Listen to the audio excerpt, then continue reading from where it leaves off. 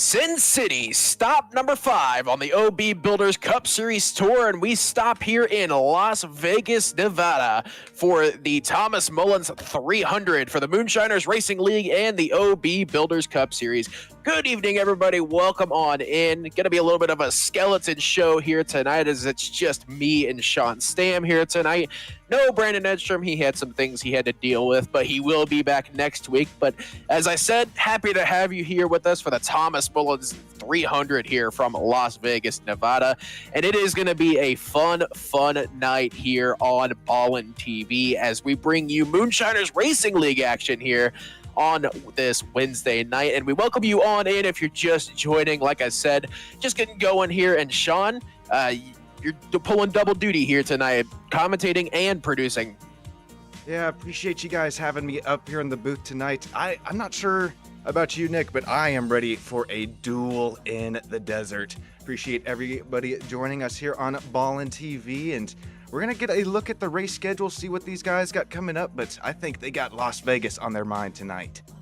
Yeah, Las Vegas is going to be on the mind of every single driver here tonight, especially as we are still early on in the season, so to speak, in terms of actual points. I mean, it's only race number 5 you see right there. We head to Homestead next week and Martinsville after that. That's going to be a couple of fun weeks there. But like I said, all focus going to be on Las Vegas and this race here tonight. Of course, it's 200 laps, stages 45 and 90 here for this race. So, I mean, Xfinity distance, so kind of what we saw Saturday or last Saturday with the real Xfinity races. I'm expecting is what we're gonna see here tonight. And yeah, and another thing is this track has been updated with the latest update as well. So we are on the new Las Vegas, the updated Las Vegas. No more is that older scan, so that'll be fun to deal with tonight. Definitely gonna be fun as we take a look at the point standings for this season. And Nick, you mentioned it. This is the updated Las Vegas. So, winner, if you're listening here live, make sure you take your car to the new Victory Lane, believe you will be to drive up into. But Shane P. Davis leading the points as we continue to look further down. Randy Mullins, Alex Coffey, Tim Wortman Jr., then Brandon Bikey having an excellent start to the season. They're in 5th place overall. Brandon Fetter placed, Bland Wilson, Kenny Coppola, Barry Sanders, and Sean Rogers rounding out that top 10. Yeah, Brandon Bikey's an interesting one. Picked up his second win last week at Phoenix after Shane Davis dominated that one in Phoenix. And then, like I said, he's had a good start to the season. First one to multiple wins on the year. And he is starting, actually, where is Brandon Bikey starting here tonight? He's actually starting down in 23rd place, so he's got some work to do if he wants to get number 3. And speaking of starting positions, I think it's time to go through our starting grid here tonight. And look at this, Tim Wortman Jr. up front, first pole position of the season for that number 83 machine, and he is going to be leading this field to the green flag. Right next to him, another surprise, Johnny Shade in the number 45 making his return after missing last week. He's going to start to the outside of row number 1 in that second spot. Kenny Coppola going to be starting in 3rd. Caden Norfree, also a bit of a surprise, starting in 4th spot. That's his first top 5 starting position all season. Nigel Christensen also up higher than we're used to seeing him qualify. He starts 5th tonight. Alex Coffey starts 6th. Corey Moore in 7th. Justin Belmonte and Matt Cox and Aaron Matthews round out your top 10. Yeah, I'm seeing that's it says Victory Designs 200 up in the top, but no, this is actually that Thomas Mullins 300. Corey Moore, Justin Belmonte, Matt Cox, Aaron Matthews, Shane Wyatt, Randy Mullins rounding out the top 12. And looks like drivers are already rolling here as we're going to continue going through the next pages as the graphics has a little bit of a fit here. So looks like the pace car lights should be out here. Jeffrey Taylor starting back here. It is 2 laps to green, so we've got plenty of time. All righty, let's see if we can pull it back up here. It's oh man, look at Greg Carr, the 25 starting P13. Preston Purier 14th. Brandon Fetter placed at number 34. Sean Rogers, the double 4 P16.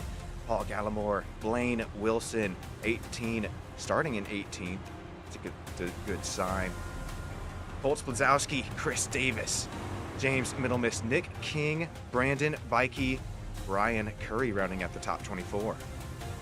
And the rest of your field here tonight, 25th, Victor Pfluger, Hunter Carmichael in 26th, Jordan Schmitz starts 27th, Kevin Ruff going to be starting in 28th position, Shane Davis, who dominated last week at Phoenix, like we said, starting way down in 29th position tonight, Jeffrey Taylor in 30th, Nicholas Atwood going to be starting in 31st position, Ryan Huff in 32nd, Darren Mills is the last timed car starting in 33rd position, Chris Crosby, Warren Young, Barry Sanders, and Matt Mackin are going to round out the rest of your 36 car field. And we also do have a couple of penalties here tonight. If I can find where those penalties were posted, I will get them to you. Here we go. So we have two drivers that are actually under probation for this race. Number 20, Nigel Christensen, is on probation for this race after having a couple of incidents last week at Phoenix. Matt Mackin is also on probation for Las Vegas after having his own couple of incidents as well. And we got a couple of EOL penalties for the start of this race. Alex Coffey and Shane Davis are going to be starting from the back of the field for dropping below the start-finish line on restarts last week at Phoenix. So two drivers there who are championship hopefuls having to start from the back here tonight.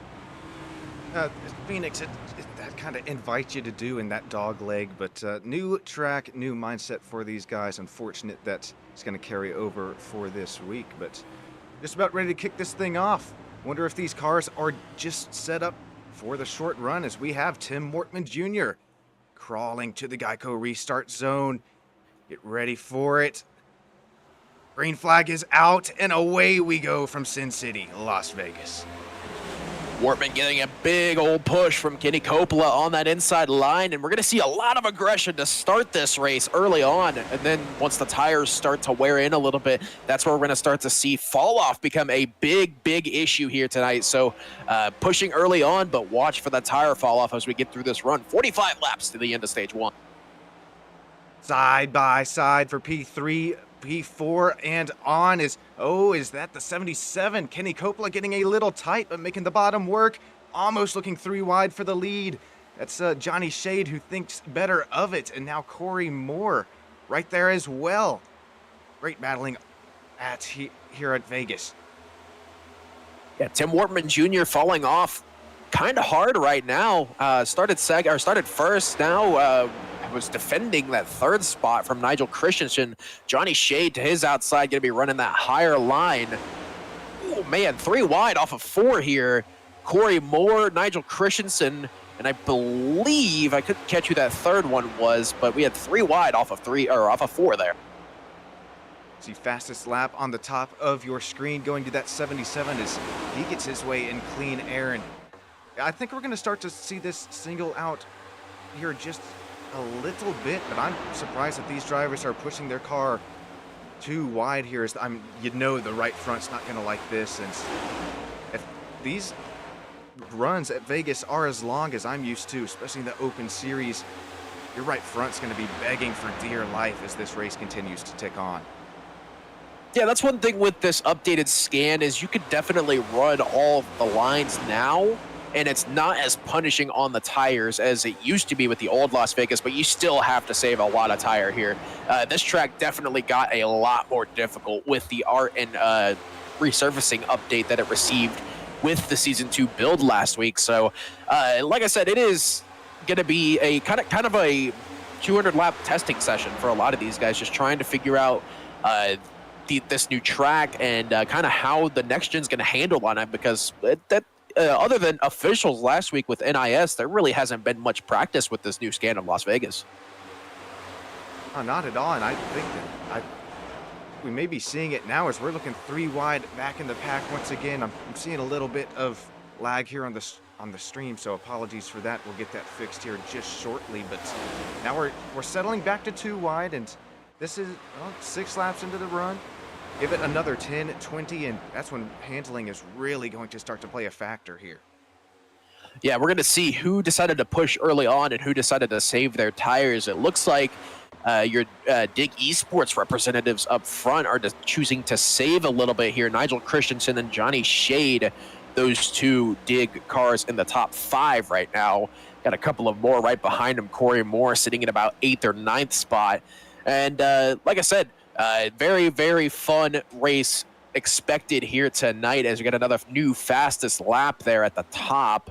Oh, man, Johnny Shade getting loose off of turn number 2 there. That's going to be something we see a lot as the tires start to wear. Diving back to the bottom once again. Is that the 35?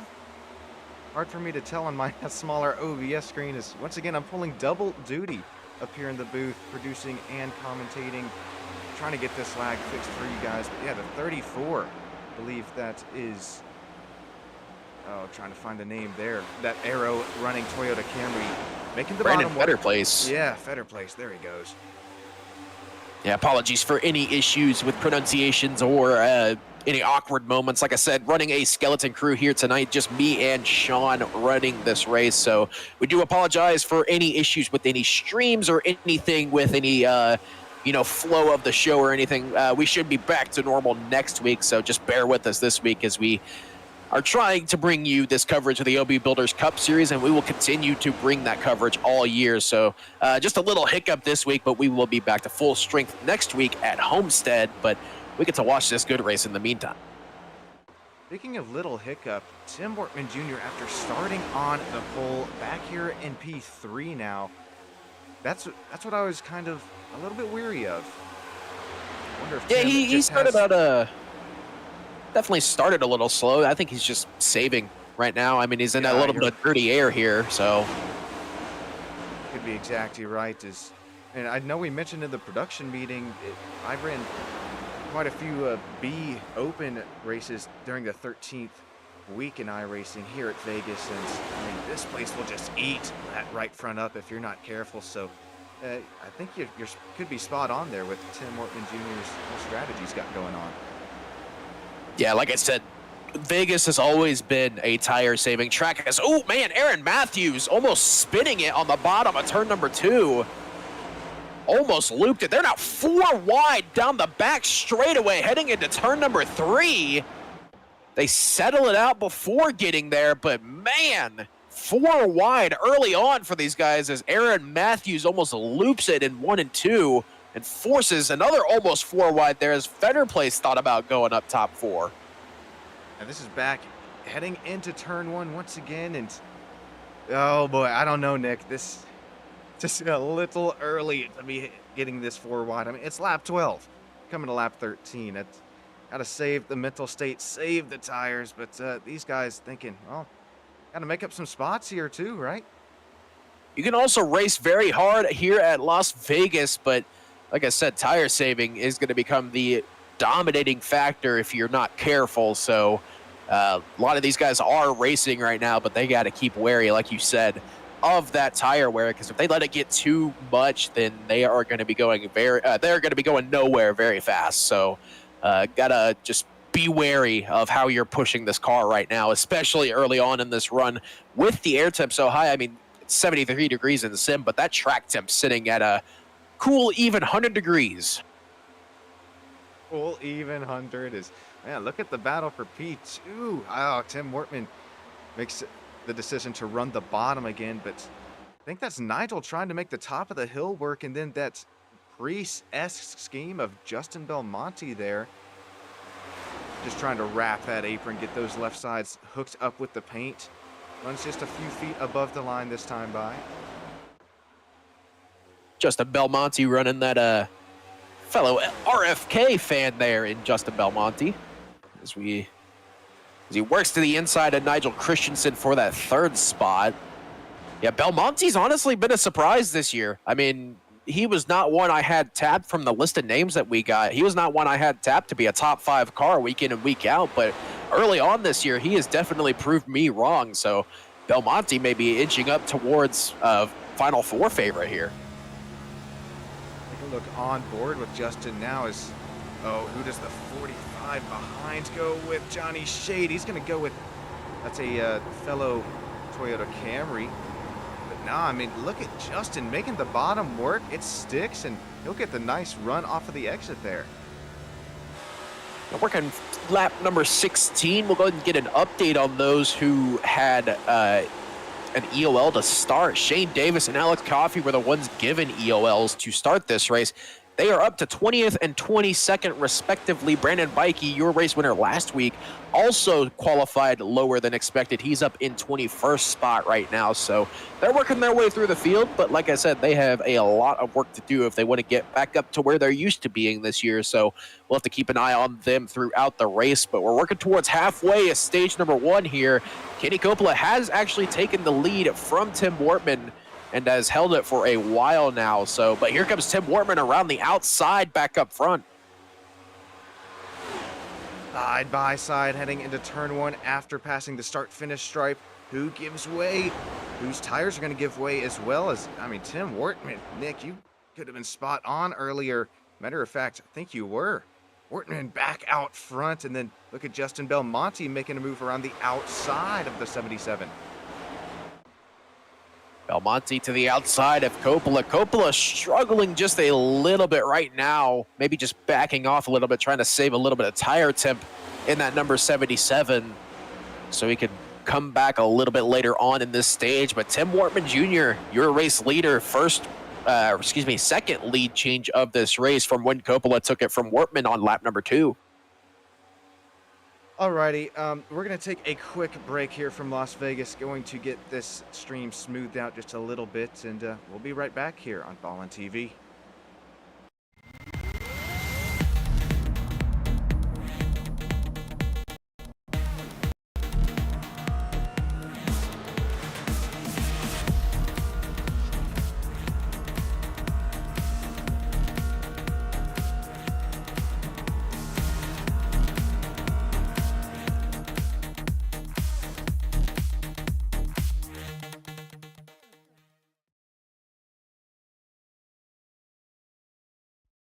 Racing isn't easy, but experiencing it is.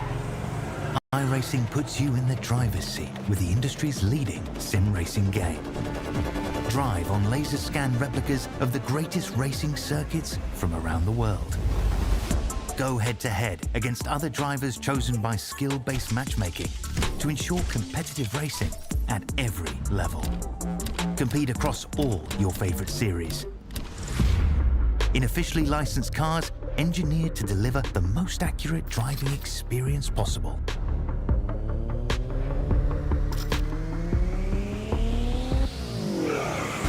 Join a race or host your own with players from across the globe.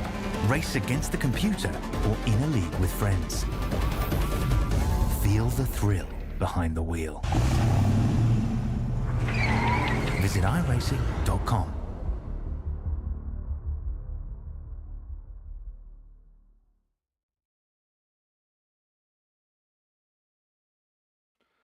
Welcome back here to Las Vegas, where we are actually under caution at the very moment.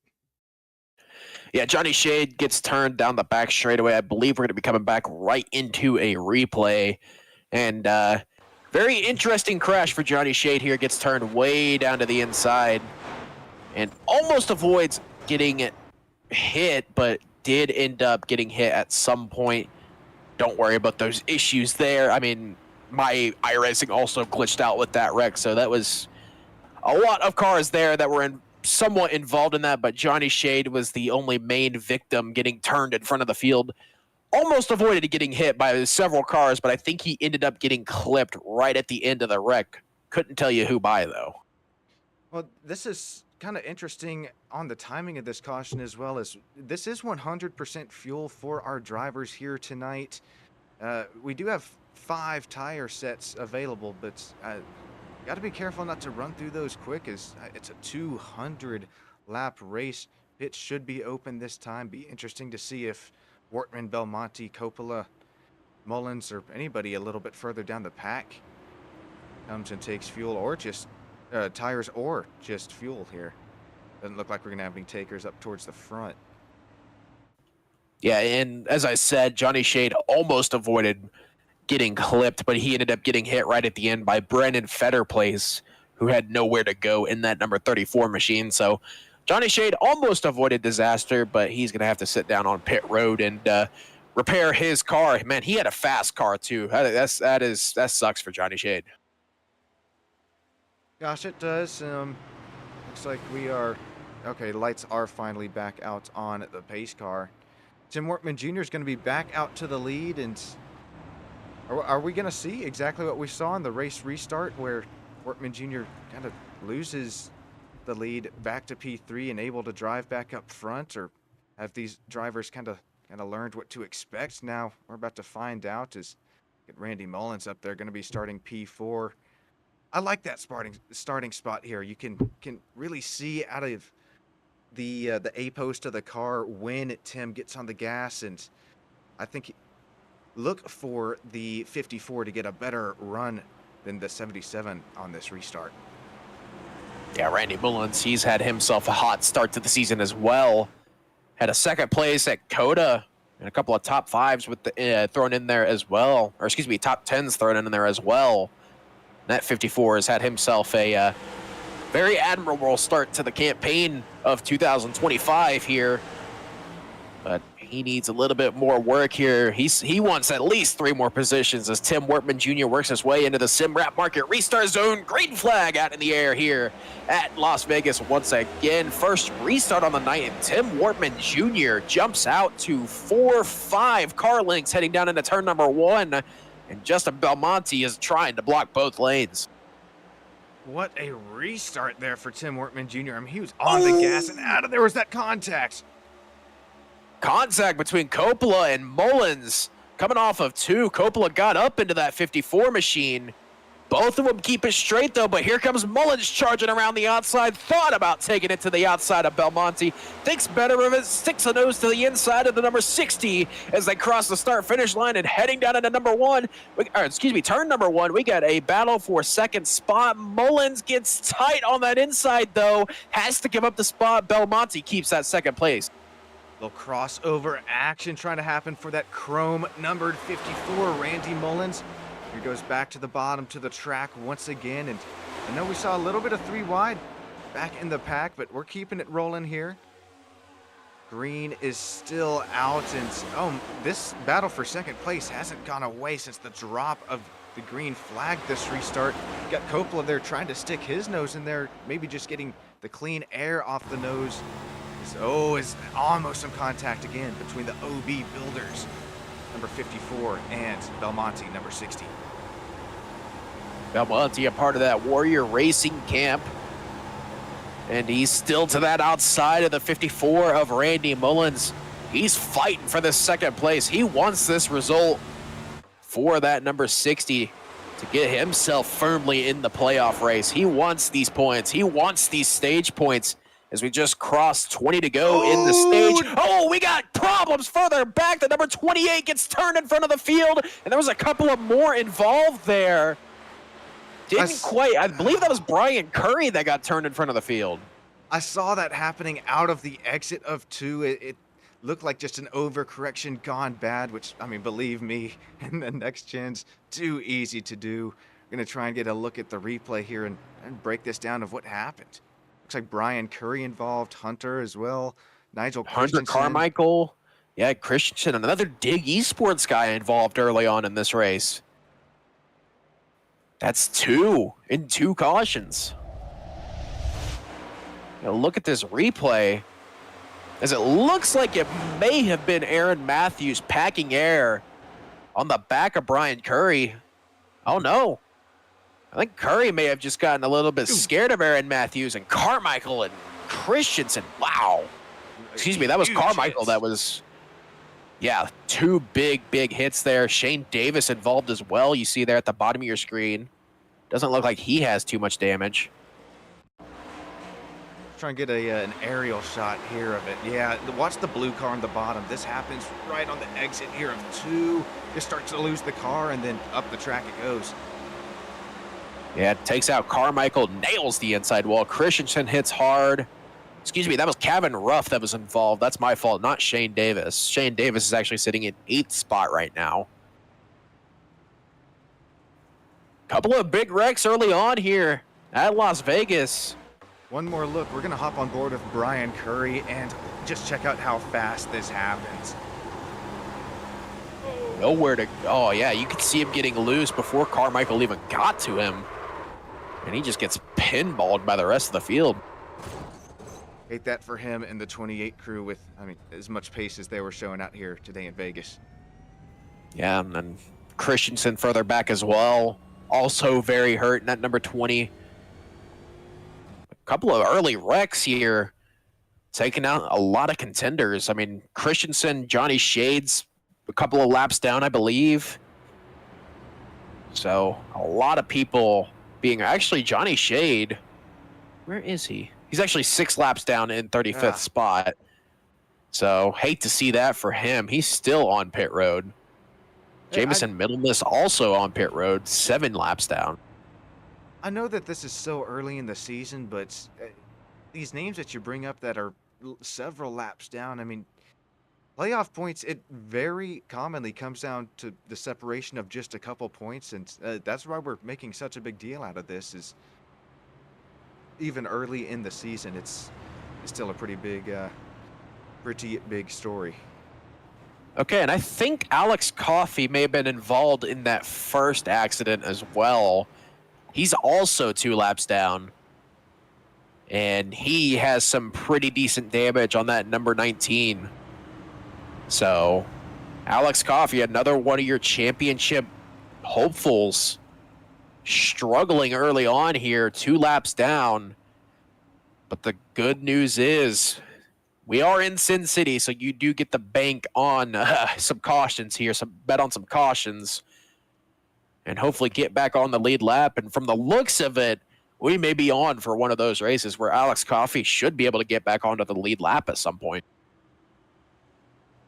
Yeah, this is Sin City. I mean, we're going to see the gambling happen. We're seeing still a little bit of lagging happen even after what I thought was a fix, but going to try and fix that after our next commercial break here. Appreciate you sticking in with us, and if you're somehow sticking it out, maybe just listening to the announcers here giving you a little MRN style coverage. You know what I'm saying? So it looks like Tim Wortman Jr. Yeah, once again leads it back to green flag through the SimWrap Market restart zone. Green flag back out of the air here at Las Vegas. Oh, look, and at he Randy. gets himself another good jump. Here comes Kenny Coppola, though, looking to the inside of Wortman. Gives him the bumper through 1 and 2. Randy Mullins. Coppola gets loose. Oh. Sorry, go ahead. No, I just saw Randy Mullins make a dive for the inside there, almost sort of last week Phoenix-esque. That was the inside and pretty early, but yeah, Coppola, I think he paid for it there out of the exit of 2 with that huge dive bomb into 1. Now side by side for P2, does the 60 ski. Oh, I thought the 60 was going to force it 3 wide. Mullins gave Coppola a little bit of a hip check down the front stretch there, said, I don't appreciate you squeezing me down that far. But in the end, Coppola is going to keep that 2nd spot, and here comes Belmonte to the outside of the 54 of Randy Mullins. Justin Belmonte still finding his way into this top 5 here tonight. Been up here all night. I mentioned it earlier, that RFK paint scheme there of that 60 seam Belmonte. And oh my gosh, what in the heck is going on there? Yeah, that Ryan Priest-esque scheme. Having a really nice run here today in Gambling City. As we're going to cut to commercial break and try and figure this out. We'll be right back. Racing isn't easy, but experiencing it is. iRacing puts you in the driver's seat with the industry's leading sim racing game. Drive on laser scan replicas of the greatest racing circuits from around the world. Go head-to-head against other drivers chosen by skill-based matchmaking to ensure competitive racing at every level. Compete across all your favorite series. In officially licensed cars, engineered to deliver the most accurate driving experience possible.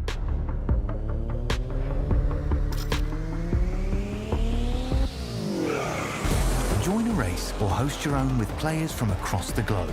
Race against the computer or in a league with friends. Feel the thrill behind the wheel. Visit iRacing.com.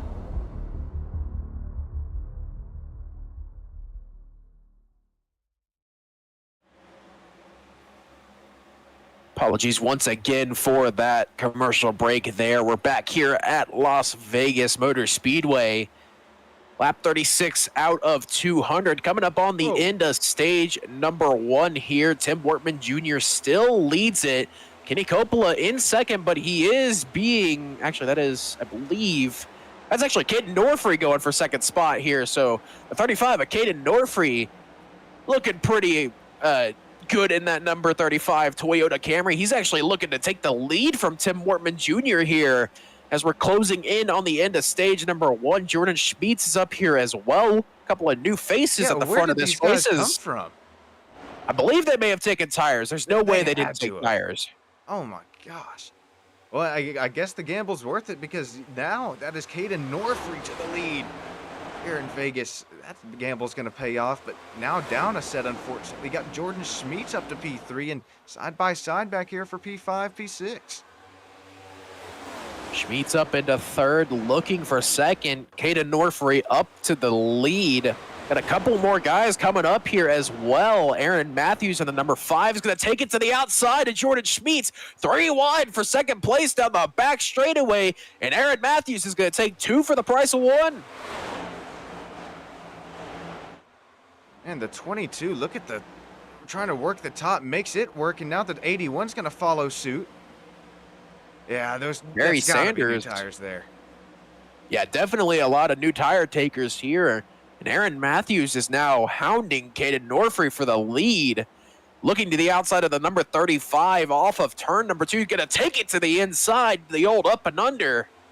And now we have a battle for the lead here at Las Vegas. Aaron Matthews and Caden Norfree side by side. Matthews takes the lead off of turn number 4 as they come up to 6 laps to go here in stage number 1. Norfree's not done. Yeah, he's going to try and look down the inside. He's forcing it down there. Is it going to stick, though? This is the tunnel turn. Does the diffuser bottom out? No, does not. But, man, you got Aaron Matthews side by side. Door, quarter, almost clear. Matter of fact, just for a second. Going to make that upper lane work, though. You kind of got these 3 different lanes to work with out here in Vegas. That's unfortunately the 20 car they're coming up on. Putting him down a lap. You got to be careful. These guys got to be careful not to push too hard on these tires, because you're going to have to run this into the next stage if you want to make this strategy work, and it looks like they have calmed it down a little. Aaron Matthews now leading down the back straightaway, leads Caden Norfree, Jordan Schmeets, Barry Sanders, your top 4. Sitting in 5th place is still Tim Wortman Jr. He is being chased down by the likes of Blaine Wilson and company. Ryan Huff as well coming up on him. Man, what happened to the 60? He's just gone and out of the picture at the moment, but I guess that's going to pay off later in the races. He'll have that extra set available to him. He's fallen all the way down to 21st. Dang, and he was just battling out here for the lead. Not sure what happened. He may have gotten I just saw him falling like a rock. Get Barry Sanders. Sure. That's a new paint scheme for that 81, isn't it, this week? Yes, it is. That nice baby blue. Or, well, SWM. Turquoise, I guess, is a better way to describe it. Once again, this is, I think we're going to continue to see this if their strategies play through. Little crossover moves back and forth. Caden Norfree going to try and slide up in front of Aaron Matthews. He's got the spot. Ooh. Through the block, too. But Matthews said, no, sir, I'm taking it all the way to the apron, and he's back into the lead as they work their way through 1 and 2. Oh, the 35. He was catching it all the way through mid-corner. I think he's bottomed out maybe on tunnel turn there. Going to lose the spot to the 81. Oh, here comes Barry Sanders. Barry. Making the middle lane work. Got the room to the 5. Is this the white coming to the white flag in the stage? Yeah, coming to the white flag. A stage number 1, 4-car battle for the win. Barry Sanders to the inside of Aaron Matthews. Schmeets looks to the outside. 3-wide Norfree. Oh, and Aaron Matthews, I think maybe had a little bit of contact between him and Jordan Schmeets. Now it's going to be Barry Sanders leading Caden Norfree down into turn number 3. This is for the stage win here in stage number 1. Sanders has it off of 4. Norfrey has a run, but it looks like it's going to be Barry Sanders taking his first stage win of the year. Who else other than the 81? Congratulations, Barry Sanders, on that stage 1 win. Excellent run and excellent pass that we might have to take 2,000-3,000 looks at that replay if the graphics software cooperates with us here. My gosh, and the 5, that was a huge incident. Aaron Matthews, tremendous save, ending up P3 this stage. Caden Norfrey P2. Yeah, a couple of interesting results here. Barry Sanders, Caden Norfrey, Aaron Matthews, Jordan Schmeets, and Ryan Huff round out your top 5. Greg Carr comes home in 6th. Actually, they're giving the Greg Carr is actually going to be in 7th. Tim Wortman Jr. in 6th. First one on the older tires. Greg Carr in 7th. Blaine Wilson 8th. Kenny Coppola finishes up 9th. And Randy Mullins rounds out your top 10. And as the last car to get stage points here in stage number 1. But that was a fun first 45 laps to watch there. Oh, man, it was. It kind of ticked off pretty quick there, or unless I was just sweating my butt off up here in the production trailer, also up in the booth. But it seems that we have the lagging fixed for now, so stick with us here. Once again, my apologies. You're hearing it from me firsthand. I really hate this for the fans, the drivers, as well as the sponsors. They don't deserve any of this, but we'll stick on board with the battle off the race, or off pit road here. Got Tim Wortman Jr. taking some right side, left should be going on as well, and we'll take a look at that the whole last lap little incident there. I'm surprised that these guys are coming down again to take tires. I mean, so everyone who pit, unless they pit under that first caution, but no, the advantage wouldn't have been that big. Interesting calls here on pit road. Still trying to wrap my head around it, but Barry Sanders does end up winning the race off of pit road. Caden Norfrey, Aaron Matthews, Ryan Huff in 4th place. I don't think anyone stayed out that was on the lead lap. Yeah, the only people that stayed out were Johnny Shade and Kevin Ruff, but they are 8 and 12 laps down respectively. 5th place is going to be Tim Wortman Jr., Greg Carr, Blaine Wilson, Kenny Coppola, Shane Davis, and Chris Davis round out your top 10 off of pit road. But yeah, that entire last lap was fun to watch. I mean, we had a 4-car battle. Look at the timing here. Yeah, I mean, Chris Buescher level moves right there. If you remember that one from, I believe it was the 2023 Talladega race where he stuck it 3 wide and in a hole that was smaller than the next-gen car. Let's just put it like that. Definitely so. And I mean, look, here we go again. That's the incident with the contacts, and then this is on the last lap of the stage. Once again, watch the 35 here. I think he just knows that he doesn't have a, well, maybe he's getting a little bit of that slipstream here off of turn number 4, but yeah, gonna live to fight another day. I think that's the smart move as he cuts down below the apron, but Barry Sanders able to hold him off. Check this out. 2 of your biggest movers are in the top 5 right now. Barry Sanders, 35th to 1st, and Ryan Huff, 32nd to 4th. So plus 30s already for the biggest mover race, and Barry Sanders is leading that race as he's pretty much gone last to first here. Man, that's gambling man, Barry Sanders. These guys here up front, will they have enough sets left in the pits if there's a late race caution, possibly even a few green white checkers? It's going to be close. Be sure to grab. It's going to be a. Go ahead. Sorry. Just gonna say, be sure to grab your beverage of choice, grab some snacks, because you're not going to want to leave that seat here once the green flag drops. Coming to 150 laps to go here in Vegas. Here we go again. 40-lap sprints as the end of stage number 2. Barry Sanders brings it into the SimWrap Market restart zone. Green flag back out in the air here at Las Vegas as we get going underway here in stage number 2. A lot of new faces up front, entirely new top 5 as well. As your first one who's been up here before is Tim Wortman down in 5th, and he's already not hanging around. He's working on 2nd place already. Tim Wortman Jr., no stranger to the front of the pack. Look at him dive deep there into the entry of turn 3, getting the car to rotate. These are colder temperature, cooler pressure tires on these NASCARs as they're just now getting back up to temperature. That 81 trying to work the draft a little bit. Barry Sanders now putting some dirty air. Well, thought he was going to cut down in front of Tim Wortman, make the 83 a little tight, but doesn't think, oh my, the 35, what just happened? Oh, what is going on? Caden Norfree. Oh man, hard hit for the 35 of Caden Norfree. We're still wrecking. Again. Oh man, is that a hardware? That has to be a hardware failure.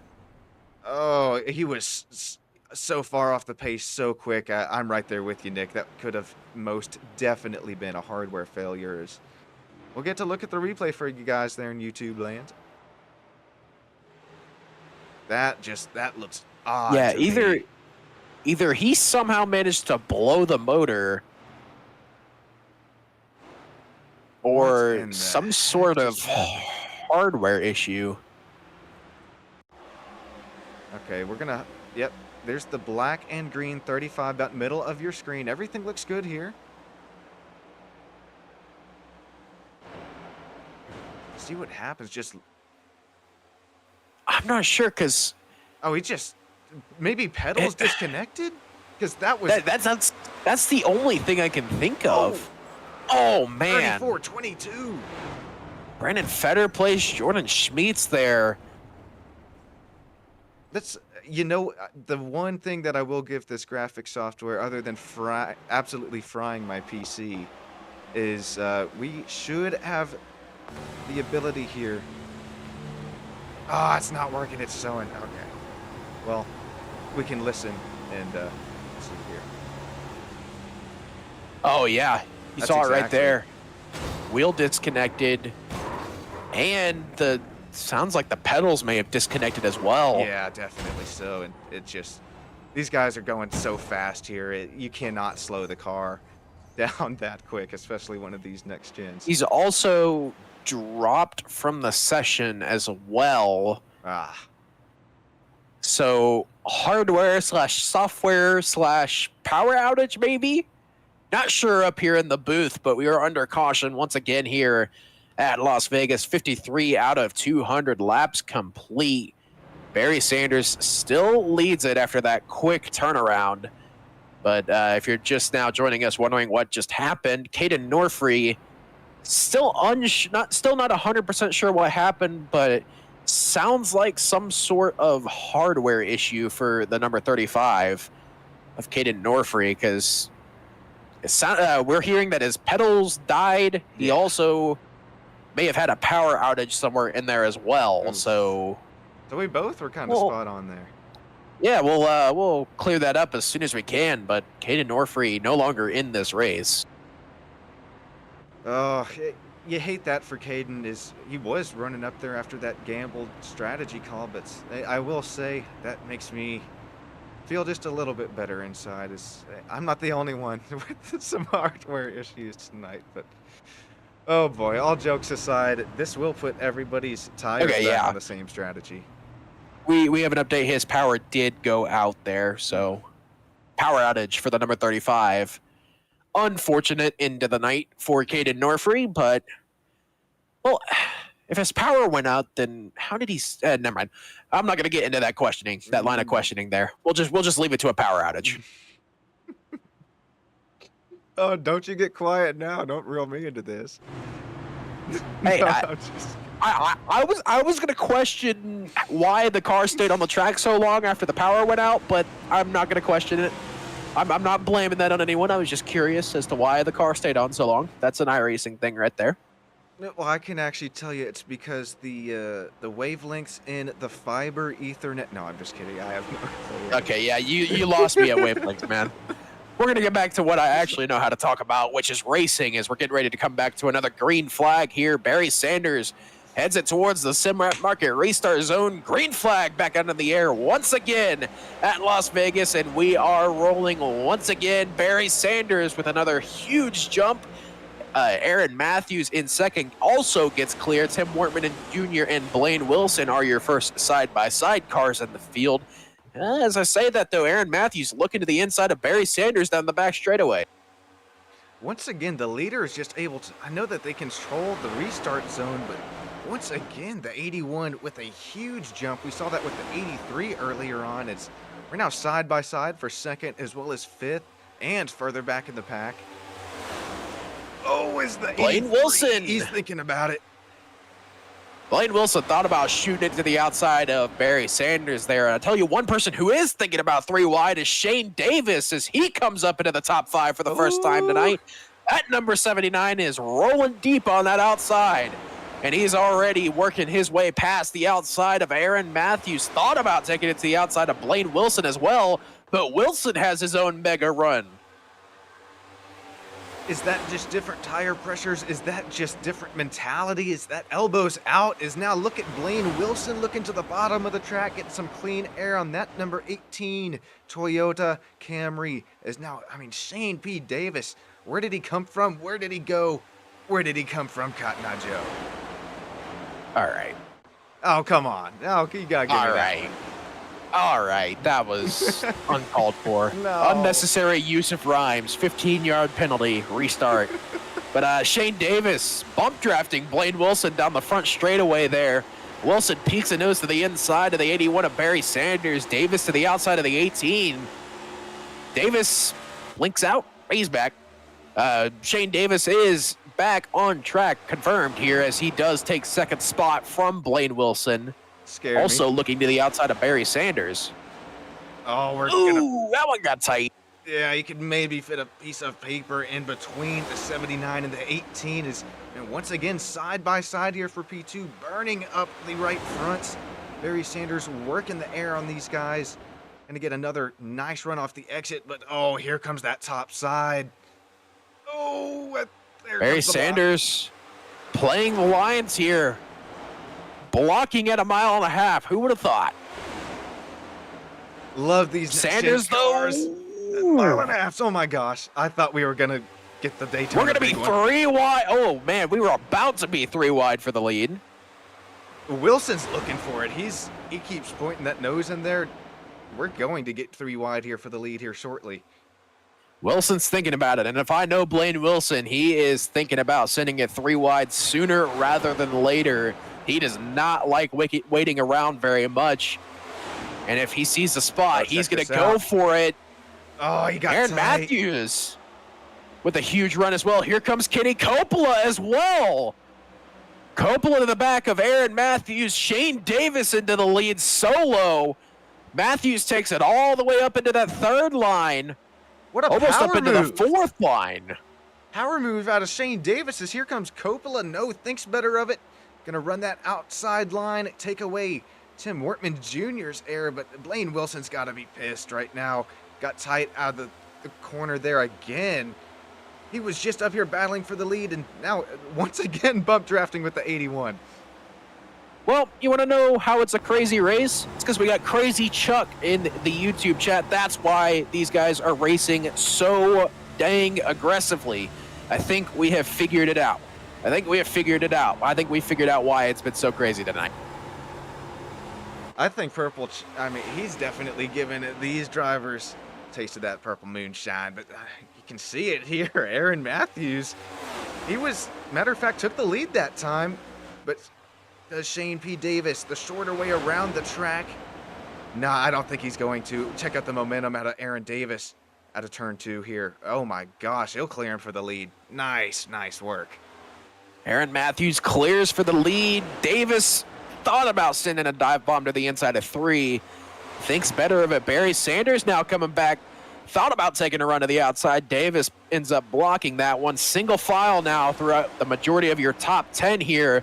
Davis looks to the inside of Aaron Matthews once again. They're going to be 3 wide with the lap car here. Oh, Matthews got loose. Matthews got hugely loose. He's going to lose 5, 6, 7 spots falls down to 8th, I believe, 7th or 8th spot. Aaron Matthews falls to, and now Barry Sanders is looking to the outside of Shane Davis. Barry Sanders, I mean, you can't count out any one of these top 5 drivers. So much speed. And you got the teammates there running P1 and P4. Or I think that's P5, excuse me. No, it is P1, P4, and side by side for that P1 and P4 spot. This is Shane Davis gets passed by Barry Sanders. Blaine Wilson looking to take a spot as well. Oh, and here comes Tim Mormon Jr. again. He's back up front as well, fighting for the lead. Man, you could call the new Atlanta the mini Daytona and Talladega, but oh my gosh, that was some smoke out of the rear end of the white Chevy Camaro back there. Could have been Victor Fluger, but this is racing like old-timey super speedway here, and I love it. I'm here for it. Blaine Wilson finally able to pass these guys, make his way up to P2. I think he's got the fastest car of the night. Yeah, Blaine Wilson has got a hot rod under him in that number 18 Toyota Camry, part of the Dig Esports group, who's been having themselves a less than ideal night so far, with a couple of their top 5 starters already struggling, and Alex Coffey is also still a couple of laps down in that number 19. So Blaine Wilson, the lone Dig Esports car in the top 5, and checking in the top 6 as Victor Fluger would be the next Dig Esports machine. Great run for Dig here today, and I think once Blaine Wilson gets that clean air, he could be gone, but it's going to be tight here off turn 2. That's that tunnel turn. Car's bottoming out just a little bit, losing some grip in the corners, and then really after, you got to get all the way out of the gas to get the front of the car to sink in, rotate into the track, and oh, Barry Sanders got tight. 3 wide for the lead here in Sin City. 3 wide into turn number 1. Shane Davis with the power move to the inside. He's going to take the lead momentarily. But here comes the other 2 up top, as now still 3 wide for the lead, working on half a lap, 3 wide. They're going to be 4 wide here as Schmitz gets lapped by these guys. Barry Sanders backs out, still side by side for the lead between Blaine Wilson and Shane Davis. At the line, I think that may have been Blaine Wilson, and it was. What is that? What lap are we racing to on stage 2? I am too invested in this battle for the lead. 1879. 2 Toyota Camrys followed by Barry Sanders and that Chevy Camaro. Going to look up top again. Nothing there. Kenny Coppola making the middle line work. Going to get a better exit than Sanders. Slots back in line up top.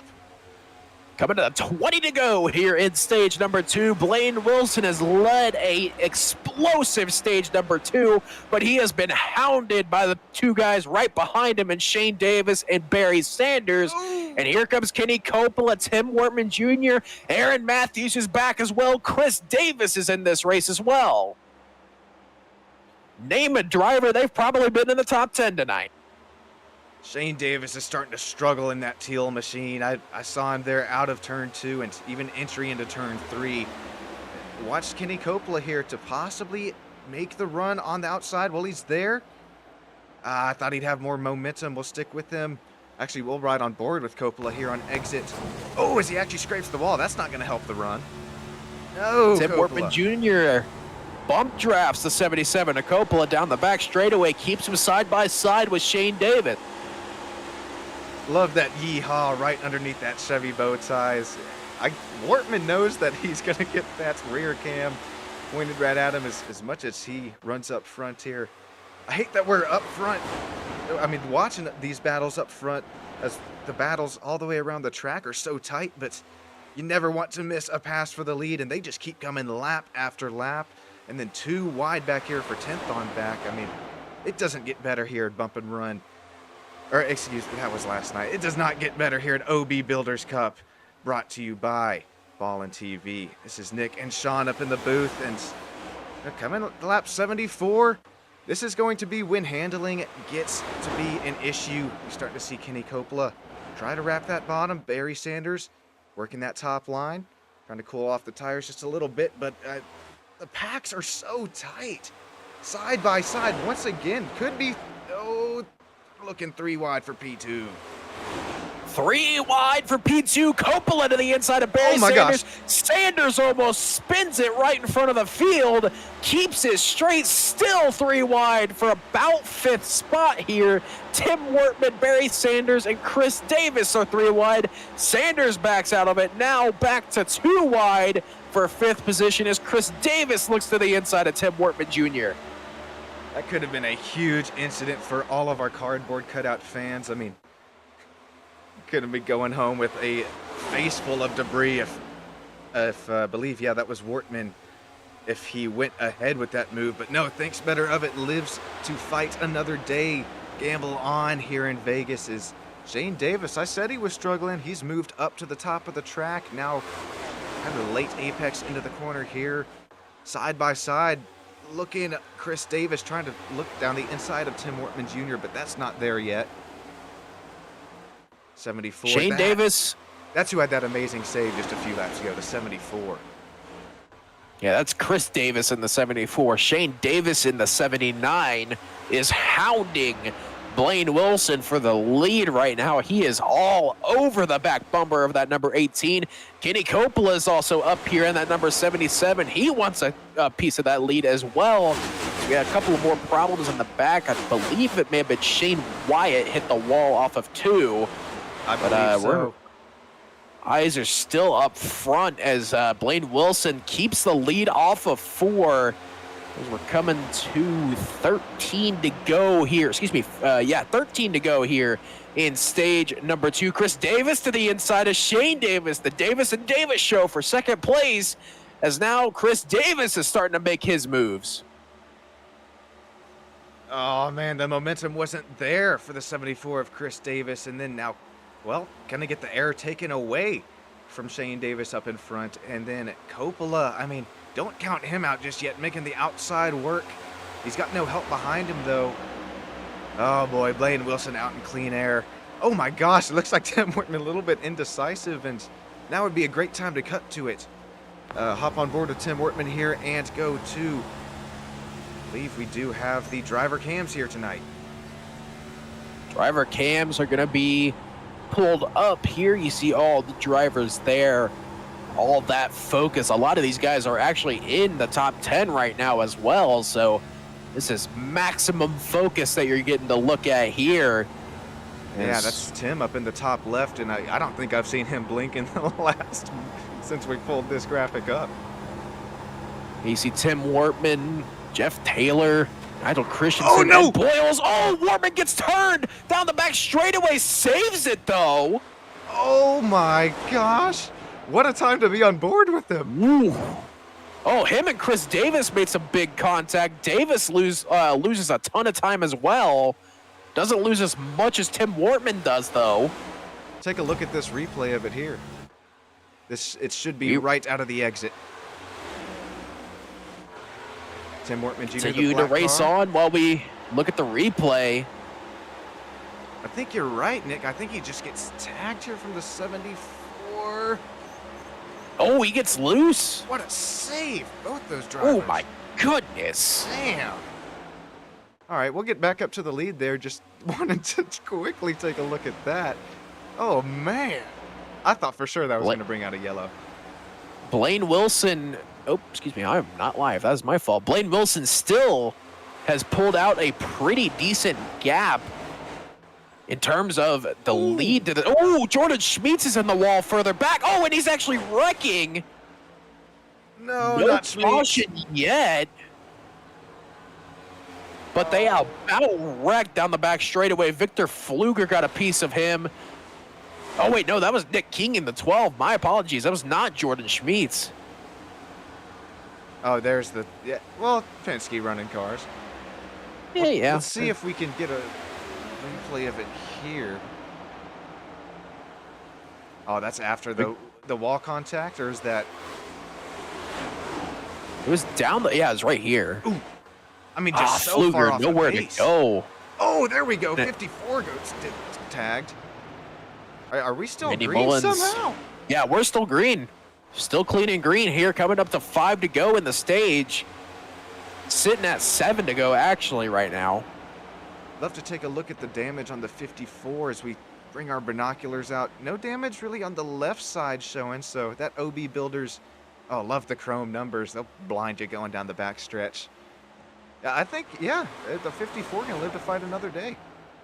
He's definitely got some damage on that right side. Oh, he does, though, yeah, you can see there. Yeah, I mean, definitely a lot of aero damage to that number 54. And it looks like he may have a little bit of toe damage as well. Can't really tell at high speed, but he's definitely crabbing just a little bit in that number 54.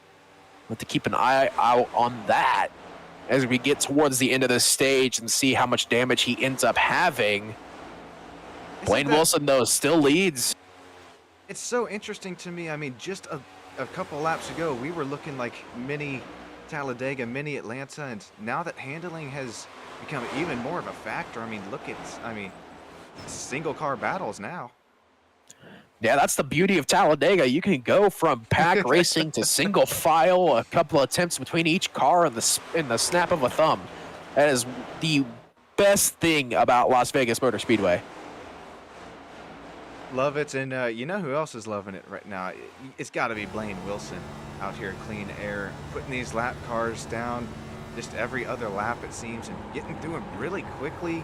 Now just 2.5, 3/10 of a second gap on Coppola back behind as we continue to inch closer towards the end of this stage. Yeah, look at the single file. I mean, goodness gracious. Yeah, and the complete flip that we've had from stage 1 to stage 2, it'd give you whiplash. I mean, let's take a look at the starting positions of your top 10 right now. Blaine Wilson, 18th. Kenny Coppola is one of the only outliers here. He started 3rd. He's in 2nd. Shane Davis, 29th. Jeffrey Taylor, 30th. Chris Davis, 20th. Matt Cox is another outlier. He started 9th. Barry Sanders, 35th. Shane Wyatt's another outlier. He started 11th. Brandon Bikey, 23rd. Ryan Huff, 32nd. So there is a lot of mix-up going on in your top 10 right now. Only 2 cars who actually started in the top 10 are in the top 10 right now. I referenced that at the start of the show. Is your car more set up for the long run, or you got that puppy wound up for the short runs for that late race caution? I know I did a broadcast here last night, Vegas Gen 6 cars, and I brought up that same thing, and it actually ended up happening. We came to, after long runs all night, a green-white checkered, and that one guy who had that short run car, well, he came away, stole that puppy at the end. So keep that in mind. Gambling is definitely a thing here in Vegas. Yeah, Blaine Wilson leads to the white flag of stage number 2, and it doesn't look like he's going to have any challenge through 3 and 4. And coming off of turn number 4, Blaine Wilson going to take his first stage win of the year. Blaine Wilson wins stage number 2. Congratulations, Blaine. That's well-deserved, man. That's clean air out in Vegas. That's setup working. That is driver skill. That Tilley's number 18 Toyota Camry. Good work. Shane Tell you what, Davis for a man who said he was just happy to be here this week at Vegas, I feel like he's got himself a pretty good hot rod there. No kidding. And look at the helmet. This is the driver that answers so many questions. I know that when I cut to those rear cams on the cars, you see a big singular eyeball, and, well, answer. I finally got that answer. That's Blaine Wilson staring you down. Well, Blaine Wilson wins stage number 2 here. Shane Davis in 2nd, Kenny Coppola in 3rd, Chris Davis 4th, Matt Cox in 5th, Jeffrey Taylor in 6th, Shane Wyatt finishes 7th, Barry Sanders comes home in 8th, Brandon Bikey gets up into the top 10 for the first time tonight. He finishes 9th in stage number 2, and Paul Gallimore takes home the final stage point of the evening as we finish up stage number 2, and these guys should be hitting pit road here very, very shortly, but we are going to go ahead and take a quick little break here on Ballin TV, send it to a quick commercial.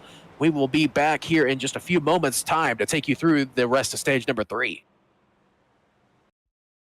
Racing isn't easy, but experiencing it is. iRacing puts you in the driver's seat with the industry's leading sim racing game. Drive on laser scan replicas of the greatest racing circuits from around the world.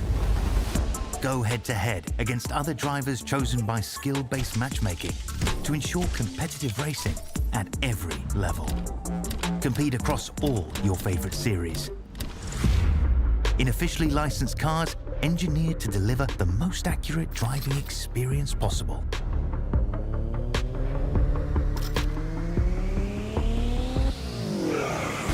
Join a race or host your own with players from across the globe. Race against the computer or in a league with friends. Feel the thrill behind the wheel. Visit iRacing.com.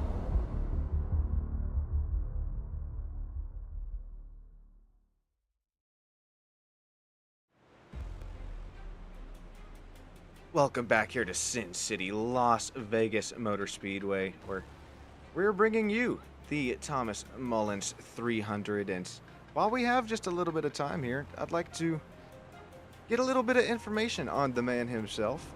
I know that it was actually Barry Sanders came out and gave me just a little bit of information, facts about Thomas Mullins himself. His 2024 stats, actually 7 wins, 12 top 5s, 16 top 10s. These are all kart races. So for such a young fella, he's getting the pace down early on, getting the racing lines figured out. And I know we talked to him, I think that was 2 weeks ago. So fun to hear from the man himself.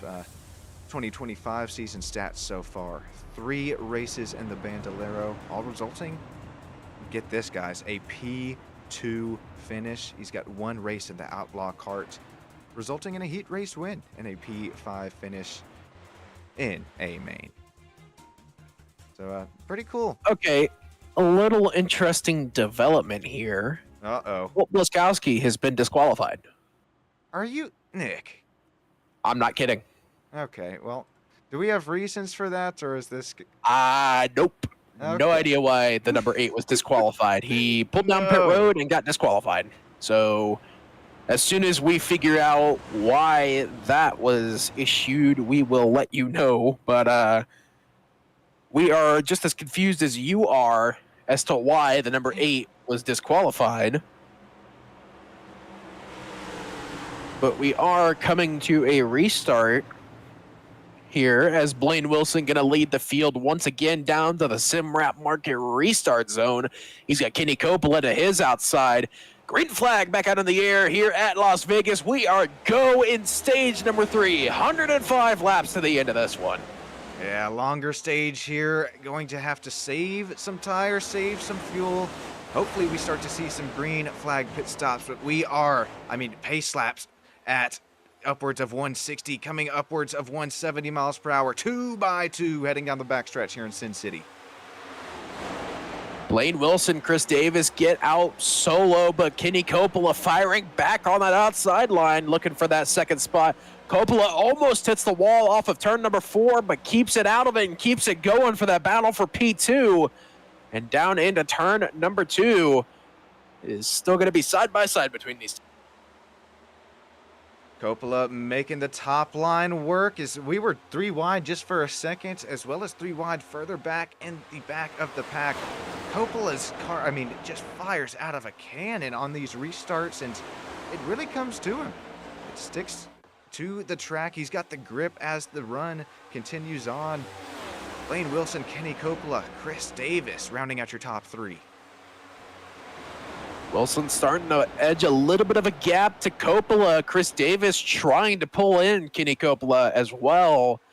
And look at this, Shane Wyatt sitting in 4th spot in that number 23 SimWrap Market Machine. He's up into the top 5 for the first time tonight. Jeffrey Taylor also running top 5 as well in the number 9 machine. So you got a lot of fresh faces up here to start stage number 3. Ooh-wee. Nick, look at that speed there, bottom of the screen. We were hitting upwards of 190 heading into turn 1. Oh my god. Yep. Back down the backstretch. And here's the crazy thing. They're still running the... I was going to say, they're still running the 675 horsepower package. So this is still the low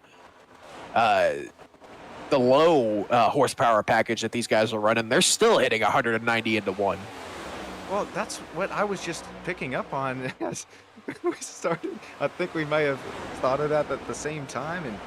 And did you notice that they're sticking in 4th gear around the whole track? Yeah, they are. Not really going up into 5th gear like we're used to seeing. I remember last year for the spring race, we were in 5th gear all the way around. Yeah, and I think in the fall race, if I'm not mistaken, we were actually shifting gear. I can't remember quite off the top of my head. There's probably someone smarter in the YouTube chat that'll quickly prove me wrong. So if there is anyone that does know that, please go ahead and correct me. Hey, one of your favorite lines, right? That's why we are up here in the booth and not out on the track with these guys. Yep. Well, how about the number? I think the 11th. Paul Gallimore is having himself a really good run. He almost got caught up on that early incident in the race, and that's Bumblebee-esque Camaro is having a nice run. I'm knocking on the door of P10. You're knocking on the door of the top 10 as we just crossed halfway here in Las Vegas. As Gallimore looking to get into the top 10 for the first time here tonight. He's got to get through Justin Belmonte, who's working his way back up into the top 10 after falling off earlier on in the race. He was a top 5 car in stage 1, was fighting for the lead as well early on, and then fell off hard in stage 2. Still not exactly sure what happened to that number 60, but he's working his way back up. Yeah, we've seen the pace out of the number 60, and you know who else we've seen pace out of? Kenny Coppola. He got around the 18 on the backstretch, took the lead for just a second, but had to lift there going into turn 3. Oh, that got tight with the lap car. Oh, that interstate batteries could have taken out our leaders, but we're still rolling. It's Nigel Christensen getting lapped there up top. Everyone gets through cleanly. And in the YouTube chat, a little Speed U promo going on there. Of course, the second round. Oh, actually, that's going to have to hold on. We're almost wrecking further back. No caution, but there definitely was. There was definitely some erroneous activity going on back there. I got to get at the thesaurus out because that's, I think, twice tonight you got me beat on new words. Let's try and this could be back with Chris Cosby, maybe. Oh, it is. Oh, yeah, that's right. It is. Hip check there. And then I thought I saw a car spinning, but maybe it was just the they've smoke. been behind these guys. Maybe not. Oh, they're not happy with one another. Oh boy. Oh no, they're not. Oh. Beating and banging. It may have been this lap down the back straightaway that they we'll stick had with their it. little accident. Yeah, definitely not happy with one another. Got the 91 Nicholas Atwood right there. And here it is once right again. here. Somehow. Wow. Wow. That was like a coffee. I mean, that took how many laps to brew, and it's still cooking. I don't know where I just... Moving on. Well, before that whole little debacle there, I was trying to do a little Speed U promo. Yeah. There was a little Speed U promo going on in the YouTube chat. I did just want to point out that this Sunday actually is round number 2 of the Speed U Race for a Ride Challenge here on Ballin TV. Tune in Sunday afternoon, I believe it is 5 p.m. Eastern, if I'm not mistaken, that goes live. And it'll be round 2, same thing as last time, Legends at the Charlotte Legends Oval. Travis Kraneborg was winner of round number 1 of that event. He's looking to go back-to-back Sunday afternoon. So tune in on Ballin TV for that. I believe it'll be Brandon Edstrom once again commentating that one. So keep an eye out on Ballin TV socials to catch that stream Sunday afternoon. It's in the name, right? Legends at the Charlotte Legend Oval. Make sure you check that out. We're side by side for the lead, but that's going to bring you back in kind of your rookie days of iRacing. That's what you got to do to work your ranks up, or way up through the ranks of oval racing. My God, I remember Rookie Legends. Don't give me flashback. Yeah. Oh, I still have nightmares. I've been on iRacing coming up on 5 or 6 years, and I still get nightmares of Rookie Legends. I think I'm probably 2 or 3, or Jeffrey 4. Taylor. Jeffrey Taylor and Barry Sanders giving each other haymakers going into turn 1. Is that worth a shot at the replay, or just keep it live here? Nah, keep it live. They were just beating and banging each other. That sounded wrong. You know what I meant, though. The one night that Jeffrey Taylor, we told him, don't worry about the heart rate monitor, but wish that he had it tonight. If that was me, that thing would be through the roof. Oh, I actually lied. They are at the LA Coliseum for this event, not Charlotte Legends Oval. That is my fault. Better.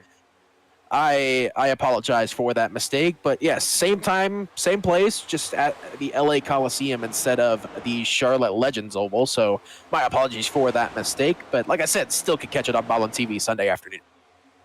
Be there or be square, as Blaine Wilson working the clean air on Kenny Coppola.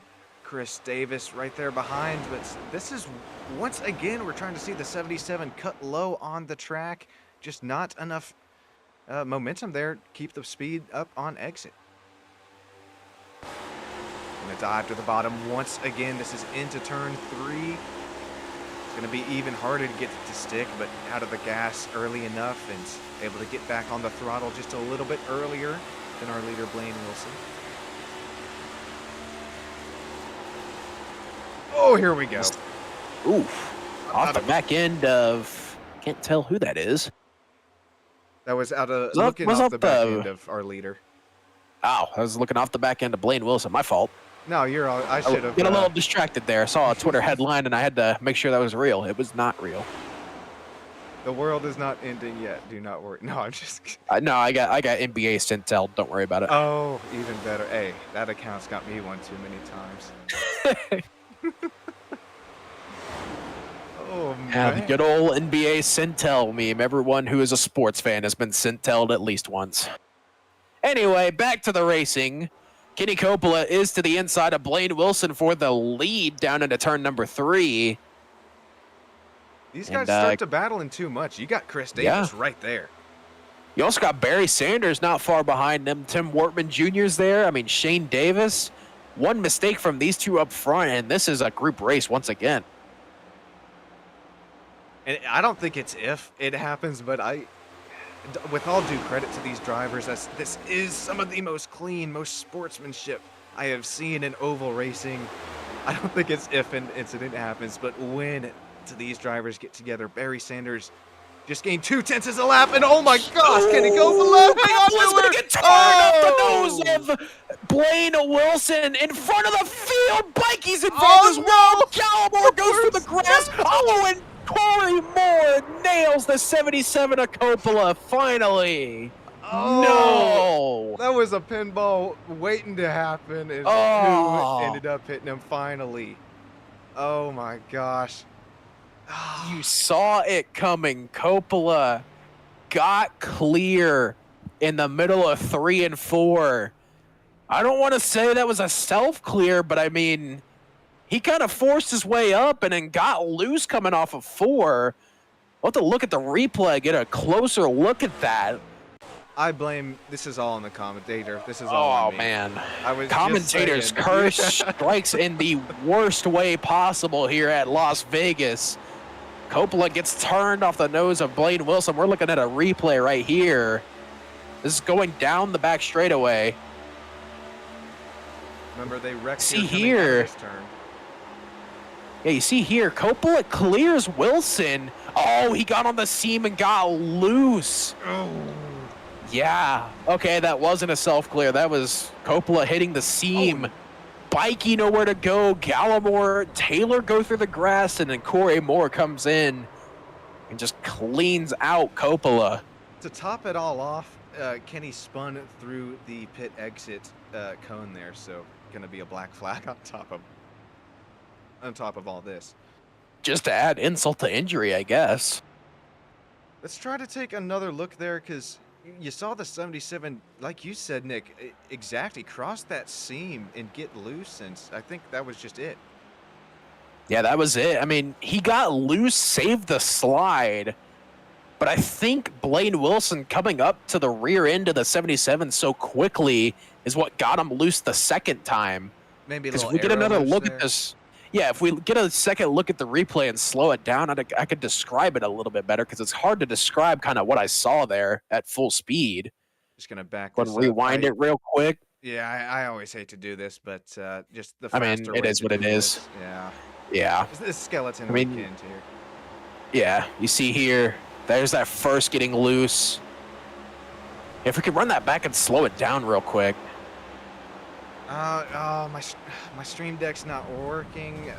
Okay, that's fine. Don't worry about it then. But yeah. you could kind of see it at full speed. Coppola gets on the seam, saves that first slide, has to chase it up towards the wall, Oh, and then as soon as Blaine Wilson gets to the rear end of Coppola, that gets him arrow loose coming off the corner, kind of where the car is at its lightest. And that's what spun Coppola around. And of course, Blaine Wilson kind of nowhere to go in that scenario. I give Paul Gallimore, I mean, he came into that wreck probably Mach 2, Mach 3, able to slide it through the grass, not get a penalty.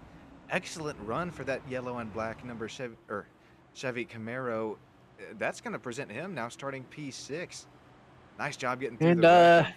Look at Barry Sanders.